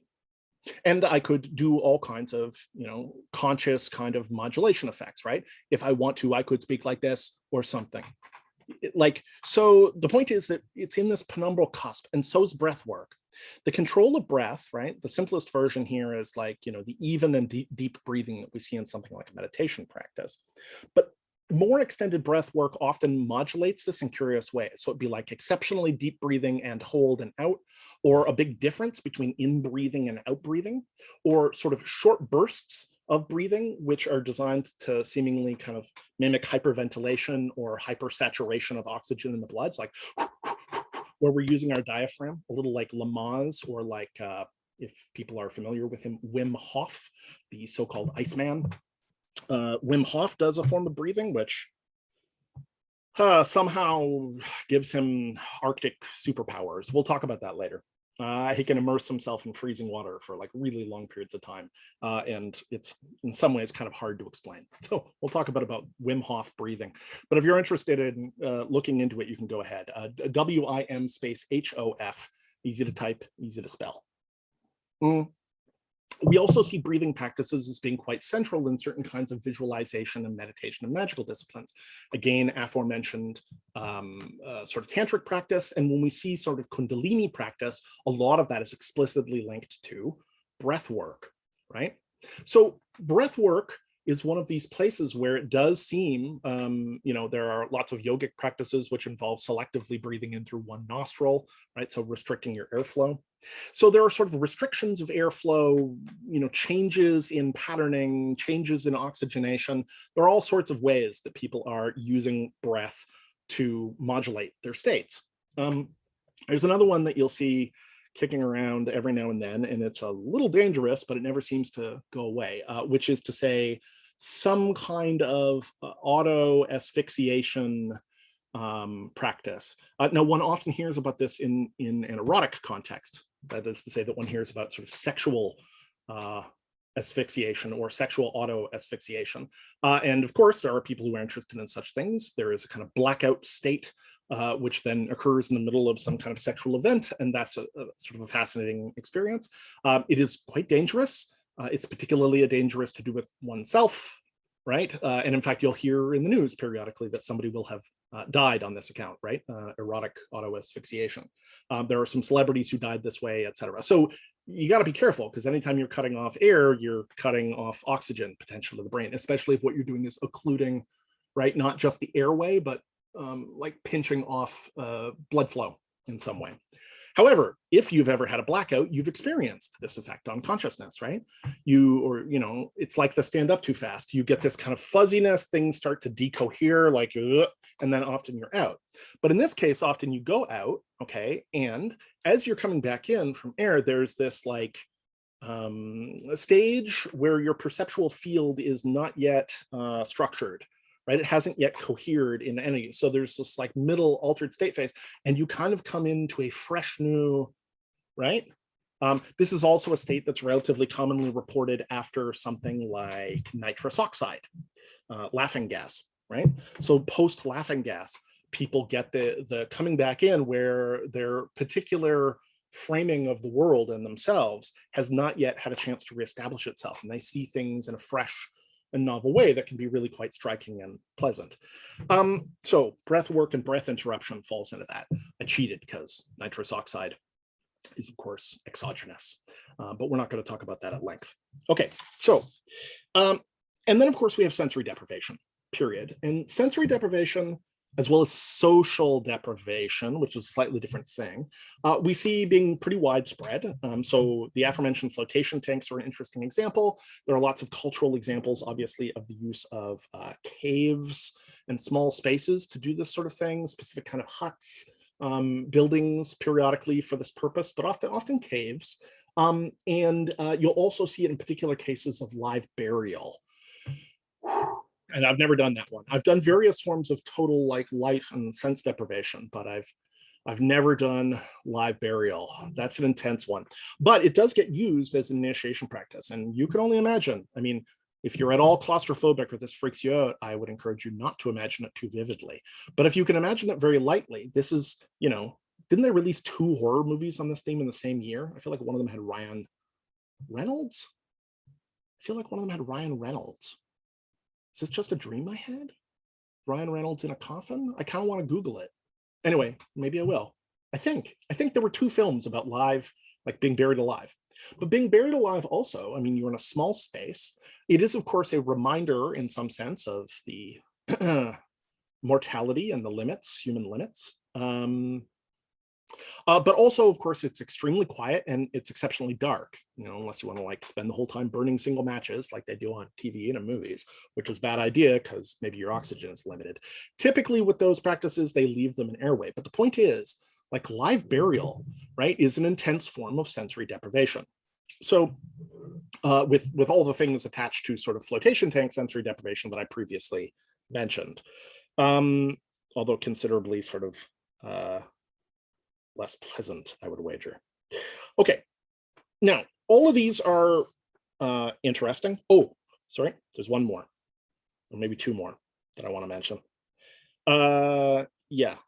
Okay, so on the breath deprivation point, actually, I wanted to mention something, which is the use of some of this stuff in things like enhanced interrogation, which is the euphemism which was devised by certain figures in the psychological and intelligence community. And there were some high-profile psychologists that participated in this when the war on terror began after September 11th. And it's a bit unsavory, but they basically specifically threw in and started helping US intelligence, the CIA primarily, to develop enhanced interrogation routines, if you're not familiar with this.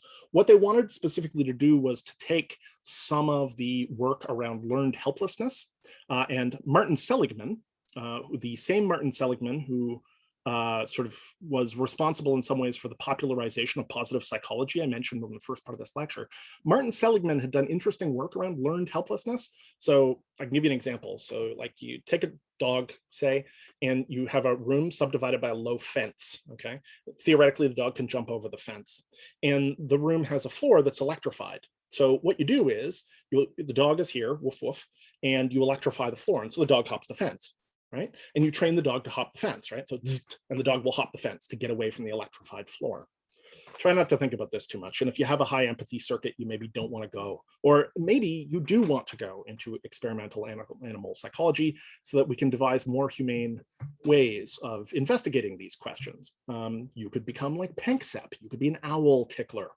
Although Panksepp did some relatively invasive things too, so I guess he isn't exactly unstained. Anyway, learned helplessness. So shock the feet, the dog jumps the fence. Pretty simple, right? But then what they would do is they would just electrify both sides. So the dog would get its feet shocked, it would jump over to the other side, get its feet shocked, it would jump over to the other side, get its feet shocked, and eventually it would sort of run around in a panic and get its feet shocked a bunch of times. And then eventually speaking, after they did this a bunch of times, they would revert back to the original pattern of only lighting up one side. However, by then, the damage was done, which was to say that after a while, when the dog couldn't get away, it would jump over the fence a bunch of times, it would run around, it couldn't get away. It would just go down basically and lie in the corner and just take the shocks, which is kind of awful. Not even kind of, it's awful. It would just lie there and take the shocks. It wouldn't even try to get away. Then when the situation changed back to only being shocky on one side and it could get away, it didn't even try. Right? So this was Seligman's notion of learned helplessness. And he thought that that was also pivotal to things like some of the cognitive distortions that we see in depression. I think, of course, that it bears an important relationship to a general sort of dysfunctional psychological pattern that you see with people that I shorthand as, if I don't try, I can't lose, which is an even more extreme version, right? It's not even not trying, it's, you know, like figuring out how to resolve that cognitive dissonance by convincing yourself it's a good thing. So the dog stopped trying, learned helplessness, and Seligman sort of expanded this. When enhanced interrogation programs were kind of ordered by the CIA, and Martin Seligman was one of the people who worked on them for the CIA, this is the early 21st century after 9/11, one of the things they wanted to do was figure out ways to promote learned helplessness. Why? Because enhanced interrogation is a word for what?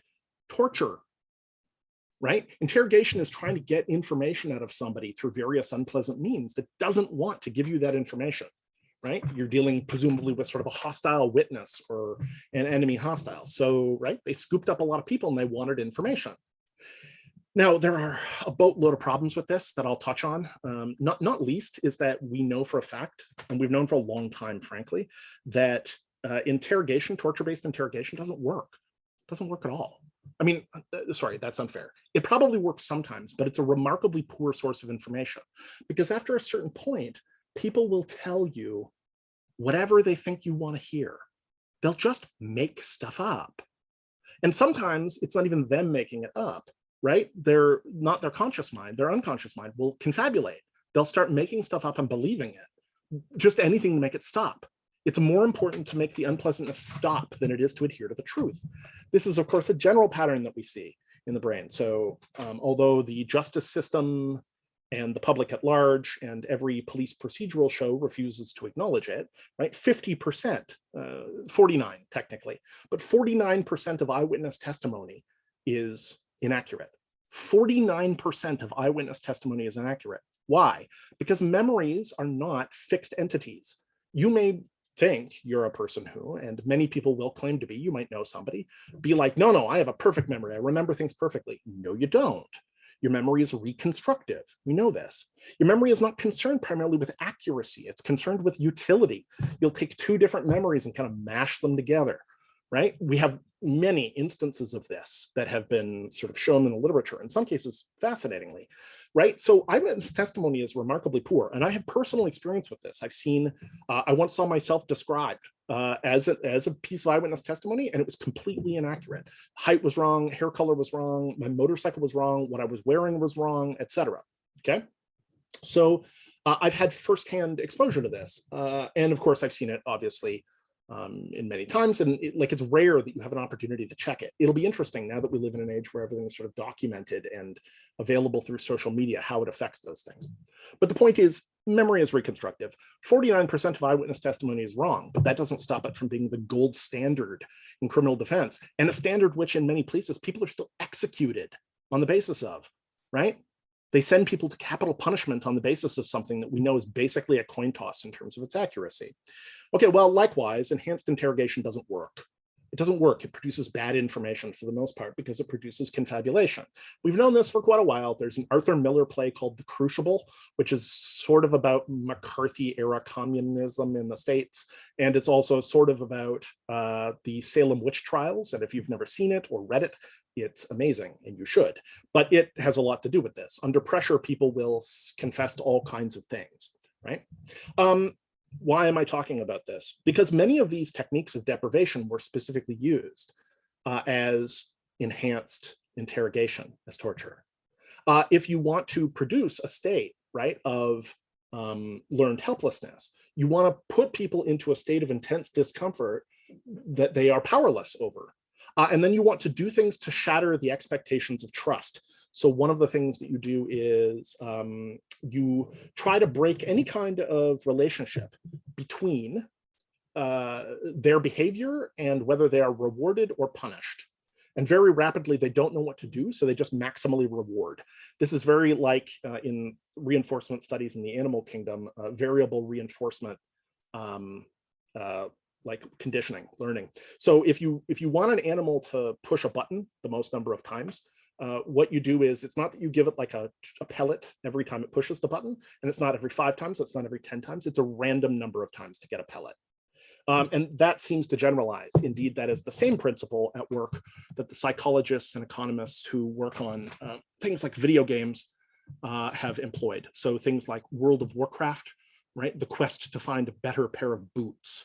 And how many things do you have to farm, right? Do you have to grind? How many creatures do you have to kill before it finally drops a better pair of boots? Well, you don't know why. It's random. And if you want something to click a button over and over and over and over again, your best way to do it is variable, right? That kind of variable reinforcement learning, or conditioning. So you create variable reinforcement with people's behavior. They don't know how to behave, and so they just become maximally and effusively, right, cooperative. You put them in various kinds of stress positions, right? So you make them like crouch for really long periods of time, which causes enormous pain, but probably won't cause lasting damage. You keep them awake. So you put bright lights on them, you keep them cold. Like, you do all these things that don't outright kill or harm them, but produce extended states of discomfort that they are both unable to escape from and also unable to correlate to their behavior in any meaningful way. And if you really want to go over the top, okay, then you do things like waterboarding, right? Which is a lot more sophisticated and less gruesome in a certain sense than just pulling their fingernails off with a pair of needle nose pliers. And if you just winced, you should, because that's what we're talking about. We're talking about torture. So what is waterboarding? Is it a fun Baja beach sport? No, it is not. It's a practice where somebody puts a towel over your face and then pours water on it, and you have to like breathe through the towel while water is pouring on you. Try this very briefly, and the like terror, right? The sort of outright panic that you experience trying to catch your breath in this condition is awful. I tried this once with a towel for fun because I'm that kind of guy, and I'm an asthmatic. Okay, I've had exercise and cold-induced asthma my entire life, so I'm an asthmatic. And prior to the kind of medication I've been taking for the last 10 years, I used to get asthma attacks on the semi-regular, and they're very much like this. You just can't catch your breath. It's an awful, terrifying experience if you've never had it, to inhale as hard as you can and still feel like you're just struggling to catch the most basic breath. It's an awful, awful experience. And that's what waterboarding feels like. I've experienced both, and you are just like struggling to catch your breath through this sort of wet towel. It's suffocation. Okay. It's breath control, suffocation. Yeah, pain is not a form of deprivation, but we'll get to that. Okay, so why are we talking about that? Because creating sort of a high pain, high discomfort, right? You are attempting to induce a set of altered states. I add that interrogation historically in the 20th century has often also involved what? Psychedelics and various other kinds of exogenous altered states. So we'll talk about that later. We'll probably do a brief detour into MK Ultra, very, very brief, so that we don't get bogged down there. But there is a history of altered states being used in an attempt to get accurate information from people, but also correspondingly, and if you think about these two in conjunction, it explains a lot, to brainwash people, right? Which is to say to reprogram them or somehow alter their behavior, alter their mind in some important sense, mind control. So that tells you a little bit about both, and neither turns out to be especially effective as far as we can tell. What it mostly does is produce a mess. So let's take a look at an instance for a second of these various altered states working in conjunction. So there's an interesting historical example that we find with traditional rituals of Aztec royalty. Aztec royalty. So if you can imagine, the Aztecs, right, in and around the area of sort of Mexico, there was a residual shamanic aspect to Aztec royalty, which remained in place pretty long after. I believe it is described by sort of Spanish conquistadors and missionaries and stuff, descriptions of it. But there's a sort of shamanic function, right, of communing together, a religious or shamanic function of communing with divine powers to military success, right? Assure military success, assure appropriate rains, to safeguard the harvest, the kinds of things that one does customarily. But unlike a smaller scale sort of shamanic event, which might be on the scale of like, I don't know, maybe 100 people plus a shaman, maybe in a relatively small traditional group, certainly under the Dunbar number, in a relatively small group. With the Aztec royalty, we would be talking about them conducting these rites in full view of possibly hundreds of thousands of people. Why? Because these rites were conducted at the top of the pyramids, the Aztec pyramids, right? So often in the heart of the city, they'd be conducted, and the whole point was to make it highly visible to people. So some things we know about these rites that are quite interesting. Well, they engaged in sleep deprivation. Fascinating, right? They engaged in sex deprivation. This is the king and queen participating. So they engaged in sex deprivation. They were engaging in quite significant physical exertion, for one thing, to get to the top of the pyramid. As we'll talk about physical exertion because it also produces an altered state, runner's high, which is clearly, it's an endorphin release that is a distinct conscious state, catching your third wind, runner's high, clearly, right, is an endogenous state caused by significant exertion that causes us to push through, gives us a new burst, right? It's an altered state. So significant exertion climbing up the side of the pyramid, a certain amount of like vertiginous, right, vertigo, disorientation, because those suckers are steep and there's no handrails. Height, which I would propose on its own is probably altered state producing to a significant extent. If you've ever been up to the top of the CN Tower and looked down, it produces a fascinating kind of effect. Why? I would propose that probably it pushes us in the direction of Gestalt programming.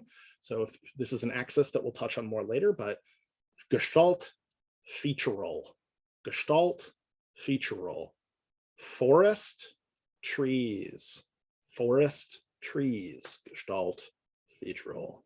So pushing up towards the Gestalt means big picture. Maybe we talked about this last lecture or 2 lectures ago. Anyway, zooming in, right, in a sense towards the details, the features, right, is featural. So getting the bird's eye view, the view from above, as the philosophers referred to it, right, is likely to push you into Gestalt processing, okay? There are social values associated with height too, and power, as we've discussed. But being in a high place is likely to produce its own kind of altered state, the long view, the wide view, right? You're sort of close to the gods in an important sense.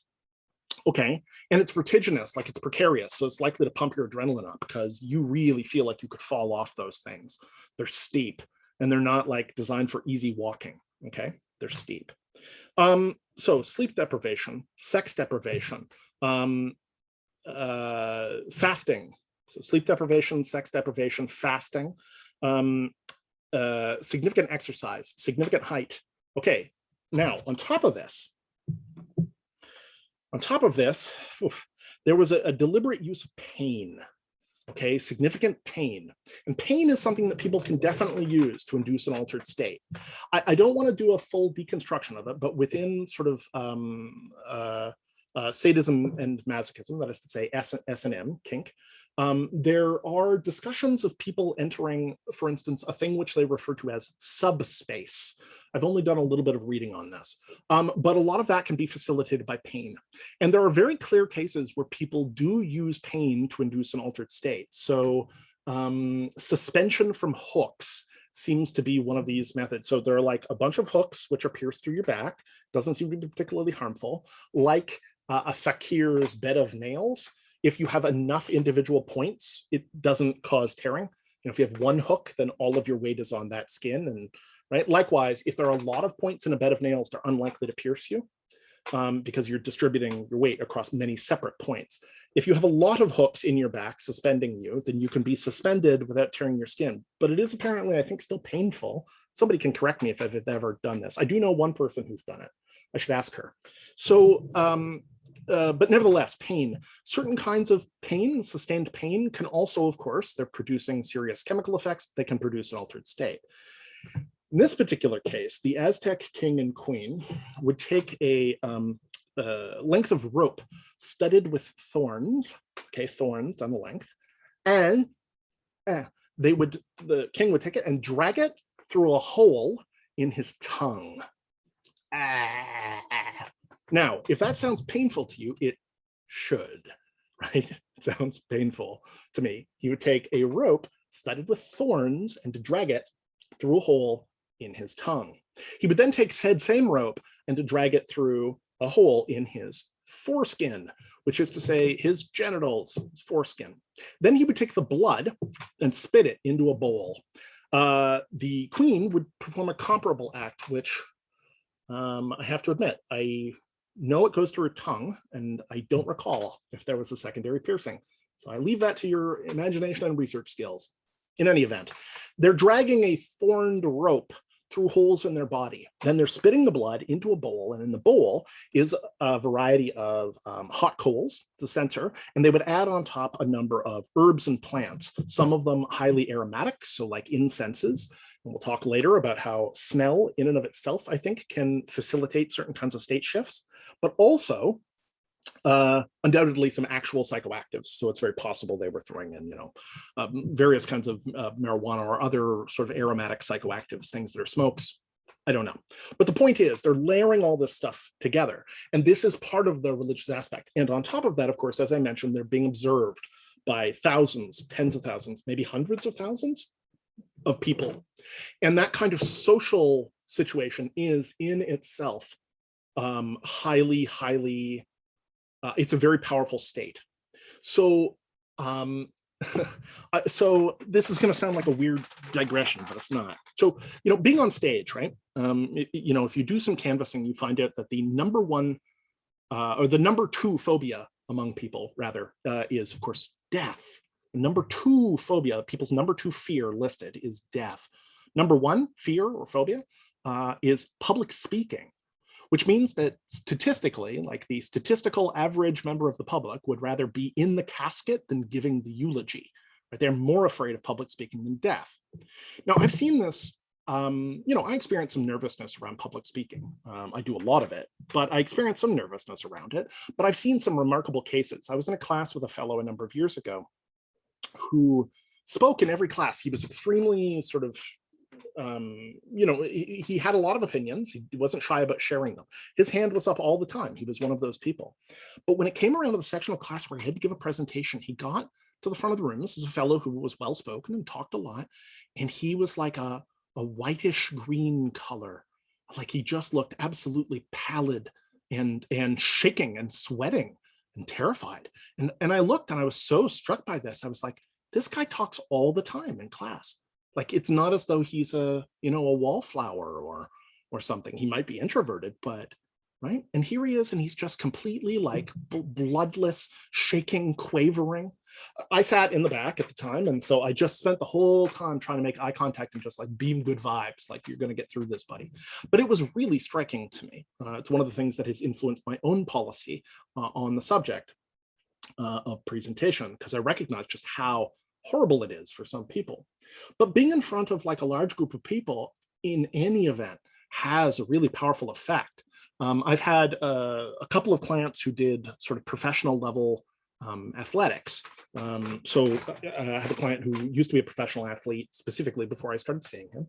And he describes the first time when he got picked up by like a big team being in front of a stadium full of, I don't know, 50,000 people or something. And they were sort of cheering. He had just had a good game and they were cheering and cheering. And there's like there's like an activation of the like hero, the adulation of the crowd, right? It was extremely charged.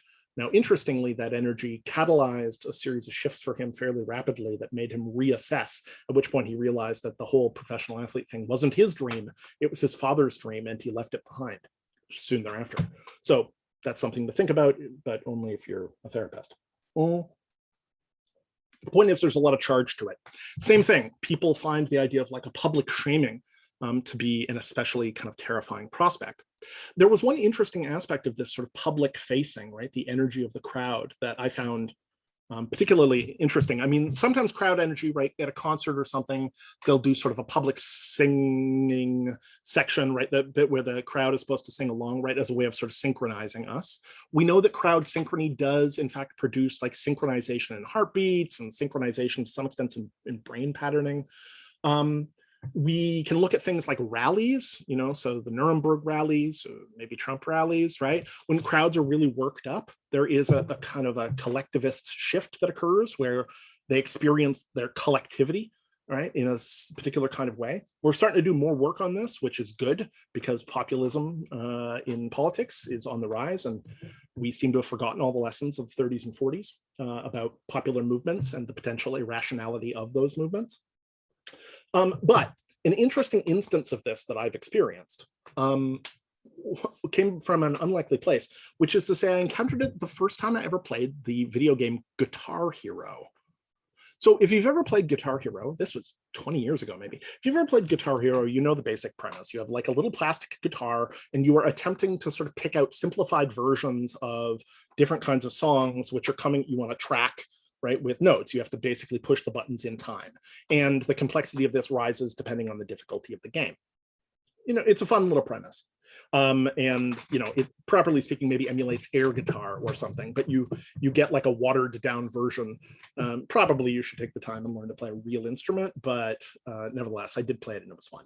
So as you're playing through this game, right, you are also running through a sort of thin narrative line, which has you, of course, as the guitarist in an up-and-coming band. So you're sort of doing career building in some sense. It's a very thin narrative line, but there's a lot of feedback mechanisms in the game, right? Of course, there are lights going off and you're getting numbers accumulated, and there are, multipliers, and all these visual and auditory cues, which are designed to cause reinforcement for what you're doing. But also, there is a simulated crowd. So when you're playing really well, the crowd is, periodically cheering and stuff. But interestingly, if you start to rack up a lot of errors when you're playing, you're going along and you're like, oh my, I don't know how to play Freebird, and you're going through, people will start booing at you. And long before you kind of get kicked off stage, right, with a squelch, they'll start booing at you. Now, the first time I ever had that experience playing Guitar Hero, I was surprised at how much it struck me, because obviously I knew that there wasn't really a crowd, but I was sort of shocked at how powerful a sort of a negative experience it was to have people boo at me, right? So in fact, it's a very clever piece of feedback. Like I wanted to throw the little plastic guitar at the television because I was like, screw you, I'm learning how to play Freebird.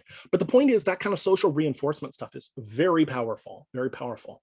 So you can imagine it also in the positive. Imagine there is a throng of a few 100,000 people looking at you in your religious capacity as the king and queen of a nation, having hiked up the side of a very steep pyramid with no handrails in the height of the sun, not having eaten or slept or had sex for a number of days, possibly doing other forms of social and sense deprivation, getting up to the top, intoning a series of ritual things and possibly prayers, dragging a thorned rope through a hole in your tongue and possibly elsewhere, but your foreskin if you happen to be male, spitting the blood into a bowl, inhaling the fumes that emerge along with, right, whatever psychoactive smoke.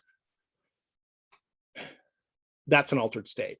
Now, granted, there are some exogenous things in there, but for the most part, you'll notice that what it is it's a sophisticated layering of endogenous altered states. It's all things the system can do quite naturally, right? You tweak the parameters of the system by inhibiting it, often through deprivation, but sometimes through action, extreme forms of action. You push the system into various kinds of extreme states. And with it comes certain kinds of modulations of consciousness, right? There is an altered state, a kind of mystical, divinatory altered state that accompanies all of this, right? Layered together. Okay. So that was kind of a run, but that isn't actually where I want to stop. However, okay, I've lost. Oh yeah, here we go. Here we go. Okay, let's talk a little bit about some other kinds of altered states, and then I realize I've been talking a while, so I'll break it here and we'll move on to exogenous altered states. Okay, so here are some that I want you to consider. Okay, I want you to consider the altered states that go with extreme emotion. Now, people are not used to thinking of those as altered states. They seem like they're part of some of the standard palette. But like, it is one thing for you to experience, say, irritation or anger, right? If you have ever seen the Pletchick wheel of emotion, that's Pletchick, Pletchick, Pletchick's wheel of emotion. I don't actually think the Pletchick's model of fundamental emotion is correct, but I love the diagram. I love the wheel.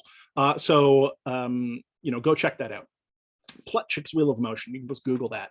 So, you know, in Pletchick's wheel of emotion, an emotional scale, something like the anger scale, will go from, you know, irritation, like I'm a little tense, I'm a little grumbly, I'm a little annoyed, whatever, right, to anger, straight up anger, where you are like, yeah, I'm mad, to rage, right? The far end, rage. And rage is really, right, it's anger writ large.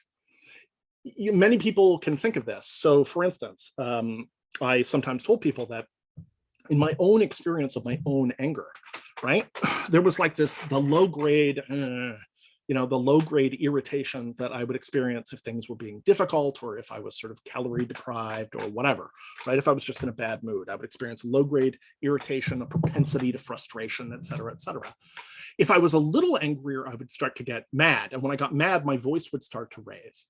But if I was really angry, really angry at somebody, I got quiet and cool, because often I would be controlling my anger in such a way because I didn't want to sort of let it slip off the leash, because I knew that if I did, it was going to be problematic.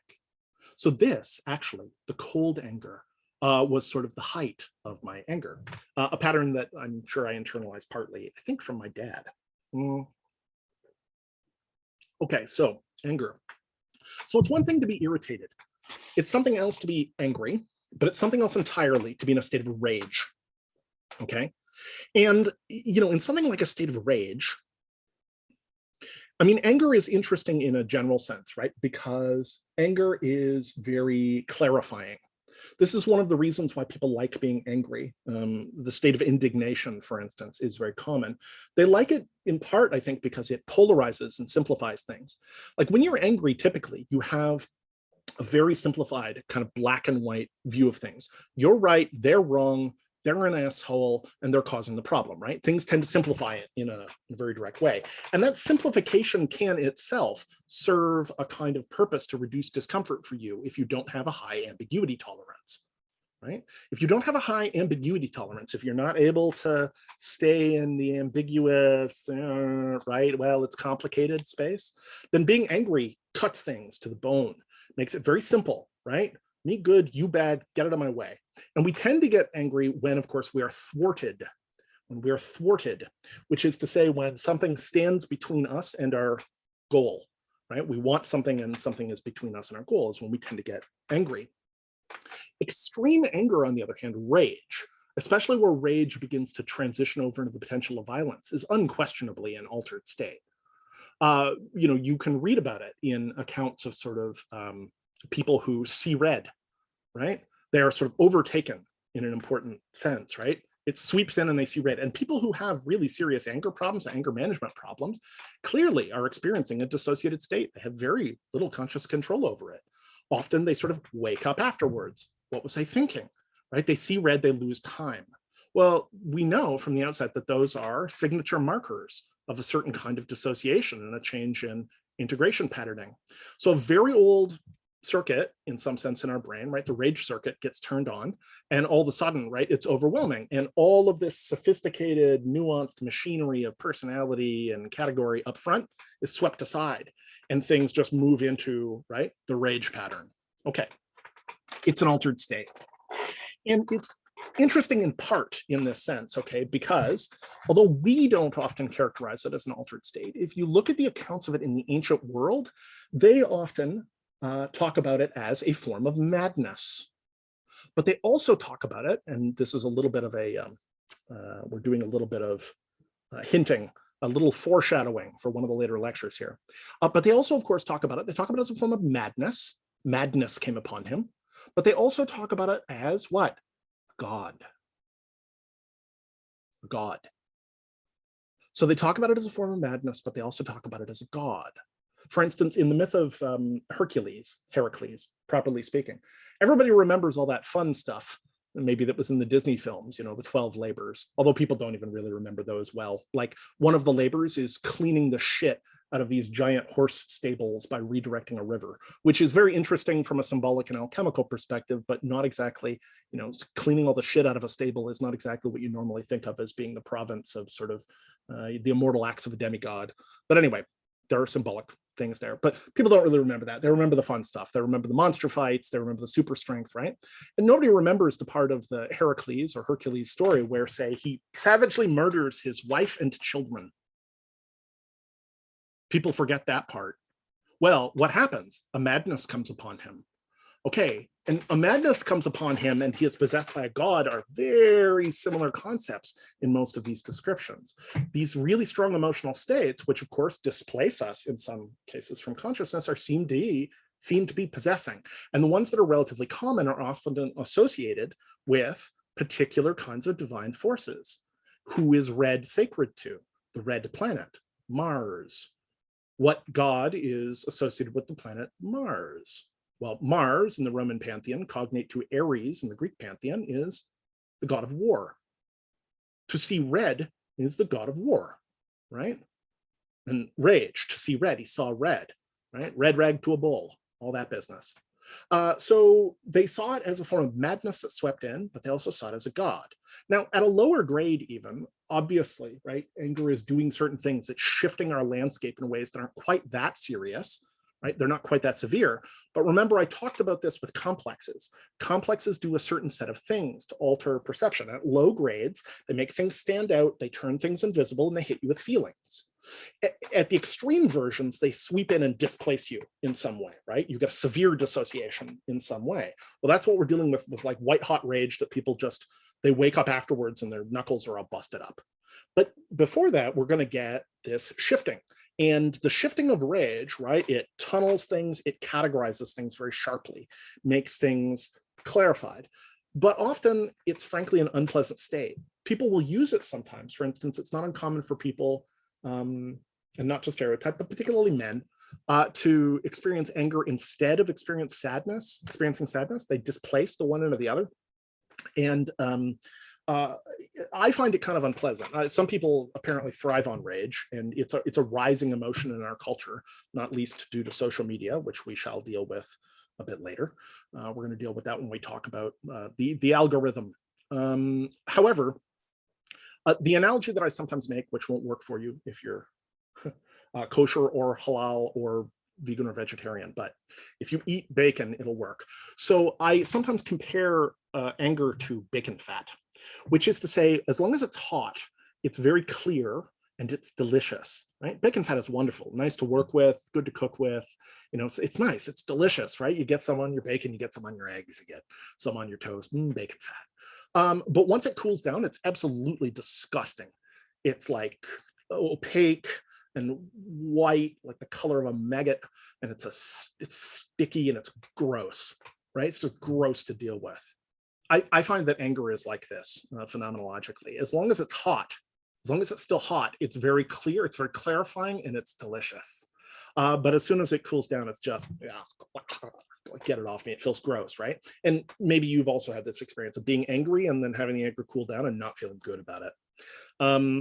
For this reason, this is one of the many things that makes me always suggest, don't ever send that text as long as you're experiencing a really strong emotion, unless the emotion is love and the other person already knows that you feel it, right? Otherwise, do not send that text.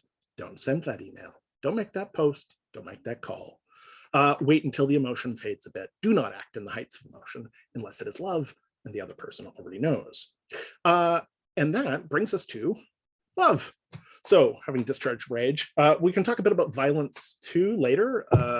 There are some altered states that are specifically associated with violence, but we'll come back around to that. So let's look at love. So falling in love, which technically is called limerence, Limerence, limerence. Falling in love is unquestionably an altered state. Okay, unquestionably. And one, of course, it's highly, highly sought after. It's not like everyday reality. That's why people go looking for it. That's why, in huge numbers, right, when around the 2-year, 2.5, 3-year mark of a relationship, when limerence inevitably begins to fade from the system, when people no longer have that, like, can't keep our hands off of each other, amazing feeling of supersaturated meaning and potential that comes from limerence in a relationship, they'll often break things off and go looking for it again, because they will decide that that person is not the one, a myth that I think has its own problems. But the point is, it's unquestionably an altered state. If you have experienced love at first sight, okay, and I've talked a bit about this when I've talked about projection, but if you've experienced love at first sight, you've had a very powerful experience. And it's a powerful experience in which obviously you're projecting unconscious contents onto the other person, right? You're projecting your complexes because you cannot know them that way. But if you are lucky enough for this not to be unrequited, which is often a terrible state, strong unrequited love is, oh, it feels brutal. It's awful. I wouldn't wish it on anybody. But if it is requited, if you basically fall for each other, this is one of the most powerful altered states many people will experience. Okay. There is, of course, the immense sense of connection and attachment. There is the sort of intellectual and affective component of states of like mutually accelerating disclosure, right? As you talk to each other, you go deeper, deeper, deeper, deeper, right? And you can, to some extent, facilitate that. You can structure it. So a few years ago, I think the New York Times published a list of like 32 questions, which if you talk about them sequentially with somebody, you can potentially speaking provoke love. I think there are limits to that, but it's an interesting idea. And it has to do obviously with making contact with deeper and deeper levels of value to get people to disclose, but also to create a sense of trust and rapport and so on and so forth. However, in addition to that, you can look at some of the other ways in which the flood of neurochemicals that people experience in this state clearly pushes them into a serious altered state. So for one thing, people will begin developing a kind of cult of two, right? They will start to talk, as I've mentioned previously, about the odds and the significance of their meeting. Like, what are the odds we were on the plane together and you like hollandaise sauce and I like hollandaise sauce and da-da-da-da-da. They will begin to talk about the improbability of their locating each other, and they'll do it as a way of reinforcing a sense of destiny, or at least of statistical anomaly, right? What are the odds? What are the odds? What are the odds? right? And this is all meant to elevate the uniqueness and importance. People will often begin, obviously, to have increasing amounts of sort of ideation around life structuring, which is very important, right?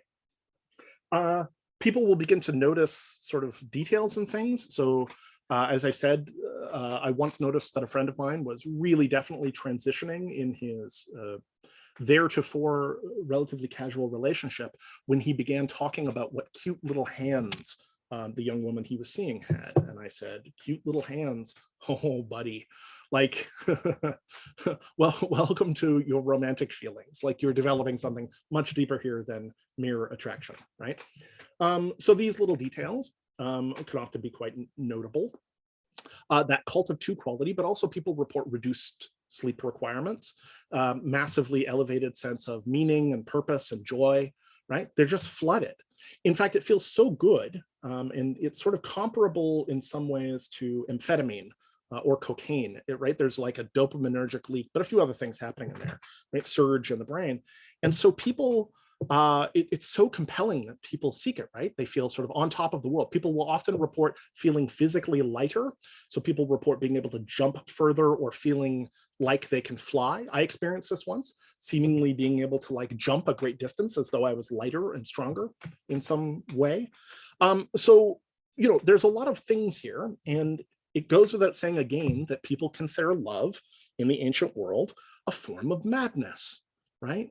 When love comes upon people, they behave in ways that are radically different. Their priorities may change, their attention may change, their values may change.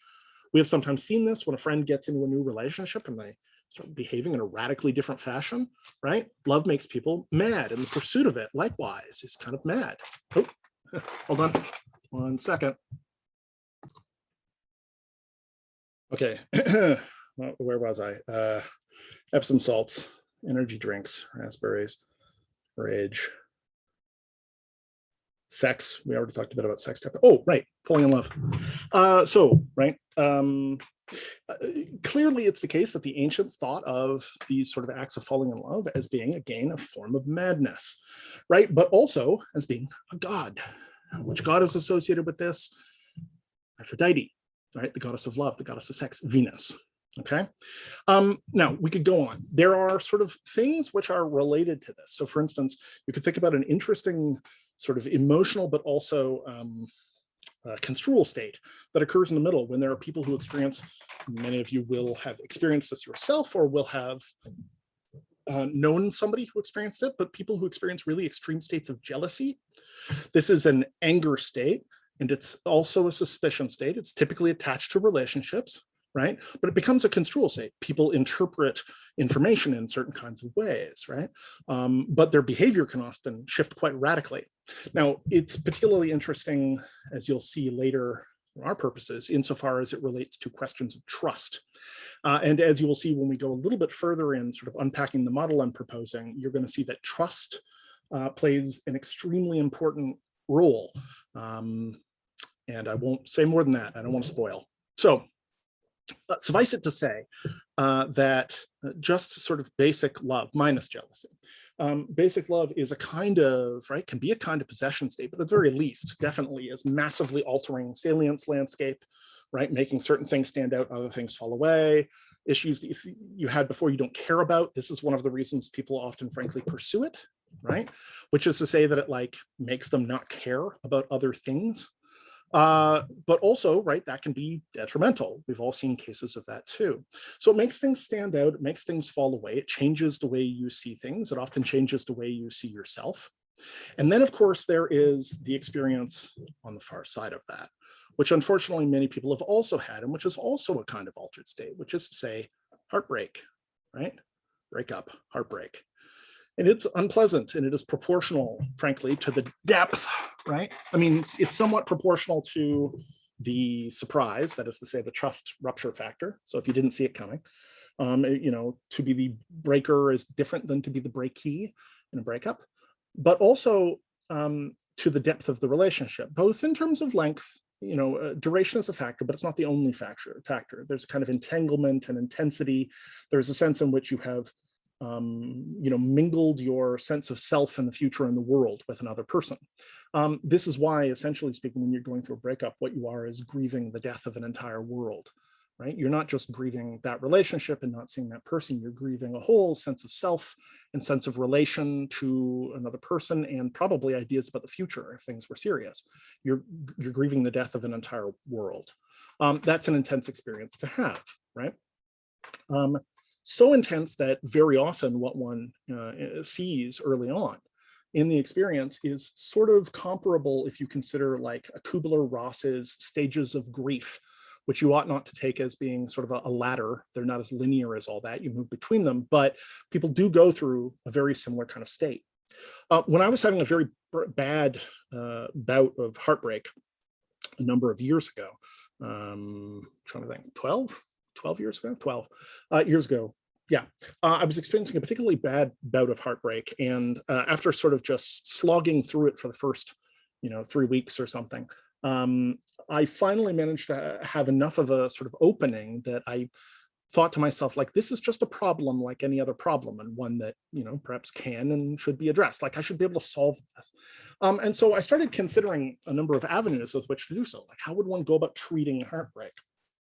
And the first part of my sort of analysis was that heartbreak had all of the standard markers. It was consistent with all of the standard markers of addiction withdrawal, right? Bears immense similarity to addiction withdrawal. One shows craving, bargaining, disruptions of sleep, disruption of appetite, emotional dysregulation, fixated thinking, right? All of these things, the feeling that one cannot do without it, right? That is to say that one cannot do without that kind of hit that one gets by, being with somebody. It's an intense experience for most people. And for people who haven't gone through a serious kind of withdrawal, like all the more so, they may have never experienced anything that bends their mind in this particular way. When we get talking about the exogenous states, I will tell you a little bit about what my eventual solution to the question of heartbreak at the time was. Yes, which is sort of an interesting magic potion story all of its own. But we'll get to that because that's in the other part, exogenous. I'm not going to get sidelined. But the point is, okay, heartbreak is an absolutely mind-bending and highly unpleasant experience for people. Now, you'll note also that once we start talking about that, we can start talking about things like depression and anxiety. And these things, likewise, okay, are very obviously altered states. Depression and anxiety are very obviously altered states. They are, I would say, far and away the most common forms of distress that one encounters in work as a psychotherapist, are really the bread and butter, or the, whatever, the bricks and trusses. I made that up and it didn't quite work. So much for my vaunted cerebellum. They're the bread and butter of the industry in lots of ways, and it's because they're remarkably common. With depression, right, we see a bunch of things that are very consistent enough that as thought distortion patterns, identifying these particular distortions is the basis of much of the system of CBT, cognitive behavioral therapy, which is derived from Stoic and Buddhist kind of roots, right? So you're engaged in thought monitoring, but one of the things you do off the bat is that you learn to internalize certain categories of cognitive distortion, and they include black and white thinking, right? All and nothing thinking, catastrophizing, etc. You learn to identify distortions. Well, the fact that you're learning to identify distortions is an indication that you're in a different state than your regular state, right? You're trying to stop certain distortions of thinking.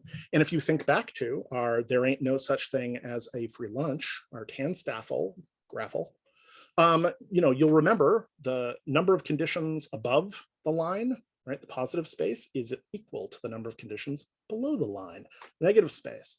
So, there are certain kind of patterns of thought that kick in a state that are really not useful. And one of them, certainly in depression, is an intense narrowing of your sense of possibilities, right? Like, not just creatively, and people will report lower energy and lower creativity in states of depression. And I experienced depression many times in my life, clinically. So I'm familiar with this, but also that your options for problem solutions, things that would normally seem doable, seem impossible, right? There is this narrowing, this intense narrowing. And it's not just your sense of possibility, it's also your sense of perception. So people report their visual field is actually different. People report colors being more muted.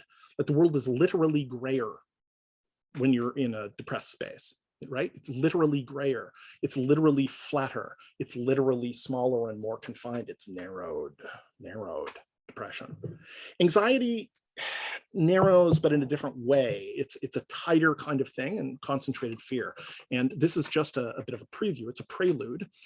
But to allude to, because we're going to talk a bit about this down the line, we're going to be discussing some of this in terms of John Vervaeke and Leo Ferraro's notion of parasitic processing. So they have a nifty diagram that they came up with a bunch of years ago. I'm friends with both of them and colleagues with both of them, but they have a nifty diagram of the parasitic processing of anxiety. And what I want to point out partly is that okay, you can see that there is a kind of cycle here, right? What this does is whip up a reinforcing dynamical system. But many of the things that are occurring within this diagram, if you just glance over it quickly, and if I'm going too fast, just pause, you can see things like confirmation bias, right? But you can also see things like representativeness heuristic. And part of what I want to point out here is with there ain't no such thing as a free lunch, right? If it's above the line, it's a heuristic. If it's below the line, it's a bias, right? Heuristic and bias are contextual. So what this is it's a set of things being in a large part fueled by cognitive processes, which normally are adaptive, right? They're normally deployed in an adaptive way, but instead they lock together as a set of biases that reinforces a kind of, right, crawling, dynamical, terrible whirlwind in your mind that can become very persistent and difficult to sort of disperse or disrupt once it's become entrenched. Now we're going to talk more about this as we go. This is, as I said, a bit of a preview. But the point is, to be in a highly anxious state is unquestionably, again, an altered state. And there are a number of endogenous altered states, some of which we're going to talk more about in future weeks. So schizophrenia, for instance, which we're not going to talk about a lot here, is clearly an altered state, right? It's in some ways one of the signature ones. You know, the sort of natural companion to depression is mania. So if you consider bipolar disease, and mania likewise has a number of altered state components to it, right? There's increased energy, increased sense of possibility, increased self-assessment, and increased meaning, but often that increased meaning begins to bleed over into the paranoid, right? Something that it has quite consistent with the psychosis of schizophrenia, but also consistent with psychosis induced by, say, a large or persistent doses of stimulants, cocaine, amphetamine, that sort of thing. So, you know, and that tends to bleed over into excess meaning, right? Excess stuff. So there are a number of those sort of biological forms. But what I want to touch on is just the withdrawal right now, right? Love and withdrawal, both very clearly altered states. If you've experienced these things, you've experienced the difference in the way that you see the world. And that's why people chase them, right? That's why people chase them. There are other circuits that can be activated that are likewise, right? The care circuit. So there is undoubtedly a kind of state of consciousness that is associated with, say, cuddling your baby when it's little. There's a specific kind of care circuit activation, to borrow Panksepp's terminology, which is activated there. And right, say women who are breastfeeding their baby, if they're not, you know, deep into postpartum or something, right, often are reporting a certain kind of unique and powerful state of consciousness. And some of this is obviously driven by the release of oxytocin and so on and so forth. But that doesn't seem to be all that's happening there. Like that activation is kicking in circuits that are really bending their sense of the world. Flow states. We already talked a bit about flow states, but we'll continue to talk about flow states. So flow states, being in the zone, state of optimal psychology, optimal performance, et cetera, et cetera. Flow states are an altered state, which appears to be a cultural universal and accessible, you know, widely to everybody. You know, intense sadness that is not depression is its own kind of state. Because of our culture's particular relationship to emotions, we often have a somewhat confused response to these emotions. I like, for instance, when one is, say, depressed or sad, there is an Irish expression, which I picked up from friends when I lived in England, when I lived in Cambridge, which was that the Irish say, I have a sadness upon me. I like this a great deal because it treats it like a weather system. It's still, in close relationship to you, but it's not identical to you. I am sad. Instead, I have a sadness upon me. And I like that. It has an echo, right, of this kind of idea of madness and the gods, that these are things that can sweep in and sort of influence us or possess us in various ways. Altered states. Okay. And the last one that I want to point out, because I'm not totally sure if it's endogenous or exogenous or where it fits in, is there seems to be a particular altered state that's specifically associated with being in space. Astronauts reported it. So the Apollo missions, when they were on the way to the moon and back, reported it looking at the Earth. But anytime they're at a relative distance and can see the Earth, there seems to be a very high report of spontaneous mystical experience from people in space. And I don't know if it's just extreme height producing sort of an extreme gestalt state, or whether or not there are potential mystical effects with being in sort of low gravity that we don't know, or just general stress and relaxation. Hard to say. I don't know the answer, but there are a lot of reports of people having like quite powerful mystical experiences as astronauts and cosmonauts. So I don't know whether we should categorize that as endogenous or exogenous. And there are others. There are ones that are associated with other kinds of physical instance. Fever is a very unpleasant form of altered state. With fever, you get a repetition in a certain sense of like, there's usually often hallucination, there's emotional component, but the hallucinations are often short and relatively repetitive, and cognition becomes short and repetitive, often apocalyptic. If you've ever experienced a strong fever, I have a number of times. It's quite unpleasant, but it's also repetitive, it's loopy. Okay, and then there is a whole range of altered states related to, obviously, dream, which we experience all the time, right? Dream, reverie, the hypnagogic state, which is a state that you experience right at the cusp of sleep. It is hallucinatory. You experience hallucination whilst it's happening, but it is not quite sleep. It's a distinct state, right? So that's an interesting one. And the last one that I'll mention, and then I really will wrap up because this has been going a while, is the watch, which many people have never even heard of. So the watch is a state that was reported in a wide variety of sort of medieval and ancient texts, where people would talk about having their first sleep and then their second sleep. And modern readers didn't know what to make of this. But if you do sort of cave studies, human beings have, of course, done an enormous amount of disruption of our natural circadian rhythms, not least through artificial light, but also just, we keep schedules that do not necessarily conform to our biological rhythms. So a lot of artificial light will do that, and right, the widespread consumption of caffeine will also do it. So consequently, we have very, very poor sleep quality and duration in our culture. But if you take people into, say, like a perfectly dark cave setting, and you sort of allow them to just rise and sleep naturally, as they will pretty rapidly move to a 24 or 25-hour sleep cycle, and their circadian rhythms will establish themselves. And what you see, in fact, is that sleep naturally breaks itself into sort of multiple phases, and not just multiple phases in the sense of moving between sort of shallow sleep and deep sleep, or moving between REM, rapid eye movement, which we associate with conventional dreaming, and NREM, which, as it turns out, has its own form of dreaming, we've learned, associated with it.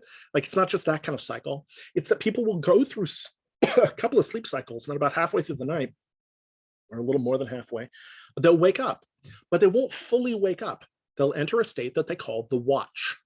And it seems to be a state of sort of reverie. They can kind of get up, kind of do stuff, provided the stuff isn't too intensive. So people would use it as a period for prayer, a period for meditation, maybe a little bit of light reading, occasionally sex, but nothing too vigorous, nothing too strenuous. And then after being up for a while on the watch, they would go back to sleep. So they would talk about first sleep, the watch, and second sleep. Now, we are typically so disrupted, we don't experience this. But people who are sort of put in conditions where their natural rhythms can reassert themselves do. Okay, so all of that is to say, okay, there are a vast number of states, right, which have different properties, kind of different utility in some sense, but different properties and things which are purely endogenous to the system, an enormous range. And we haven't even talked about sort of mystical states and things that can be achieved, right? We're not even talking about things that are specially exotic. We're talking about things that are well within the sphere of customary experience. I'm doing that, and I want you to sort of think about some of these states, because if you consider the way that they're bending you and the way that they are linked to memory and the way that they're linked to action and expression, right? It's pretty easy to see how they're altered states of consciousness, altered states of construal, altered states of affect, altered states of identity, right? It's a variety of altered states occurring here. Okay. And really, it's just a taste. We've far from exhausted the field, but I want to give you a taste. And so the third part, we're going to be talking about exogenous altered states. So things which are outside our system used to influence our system.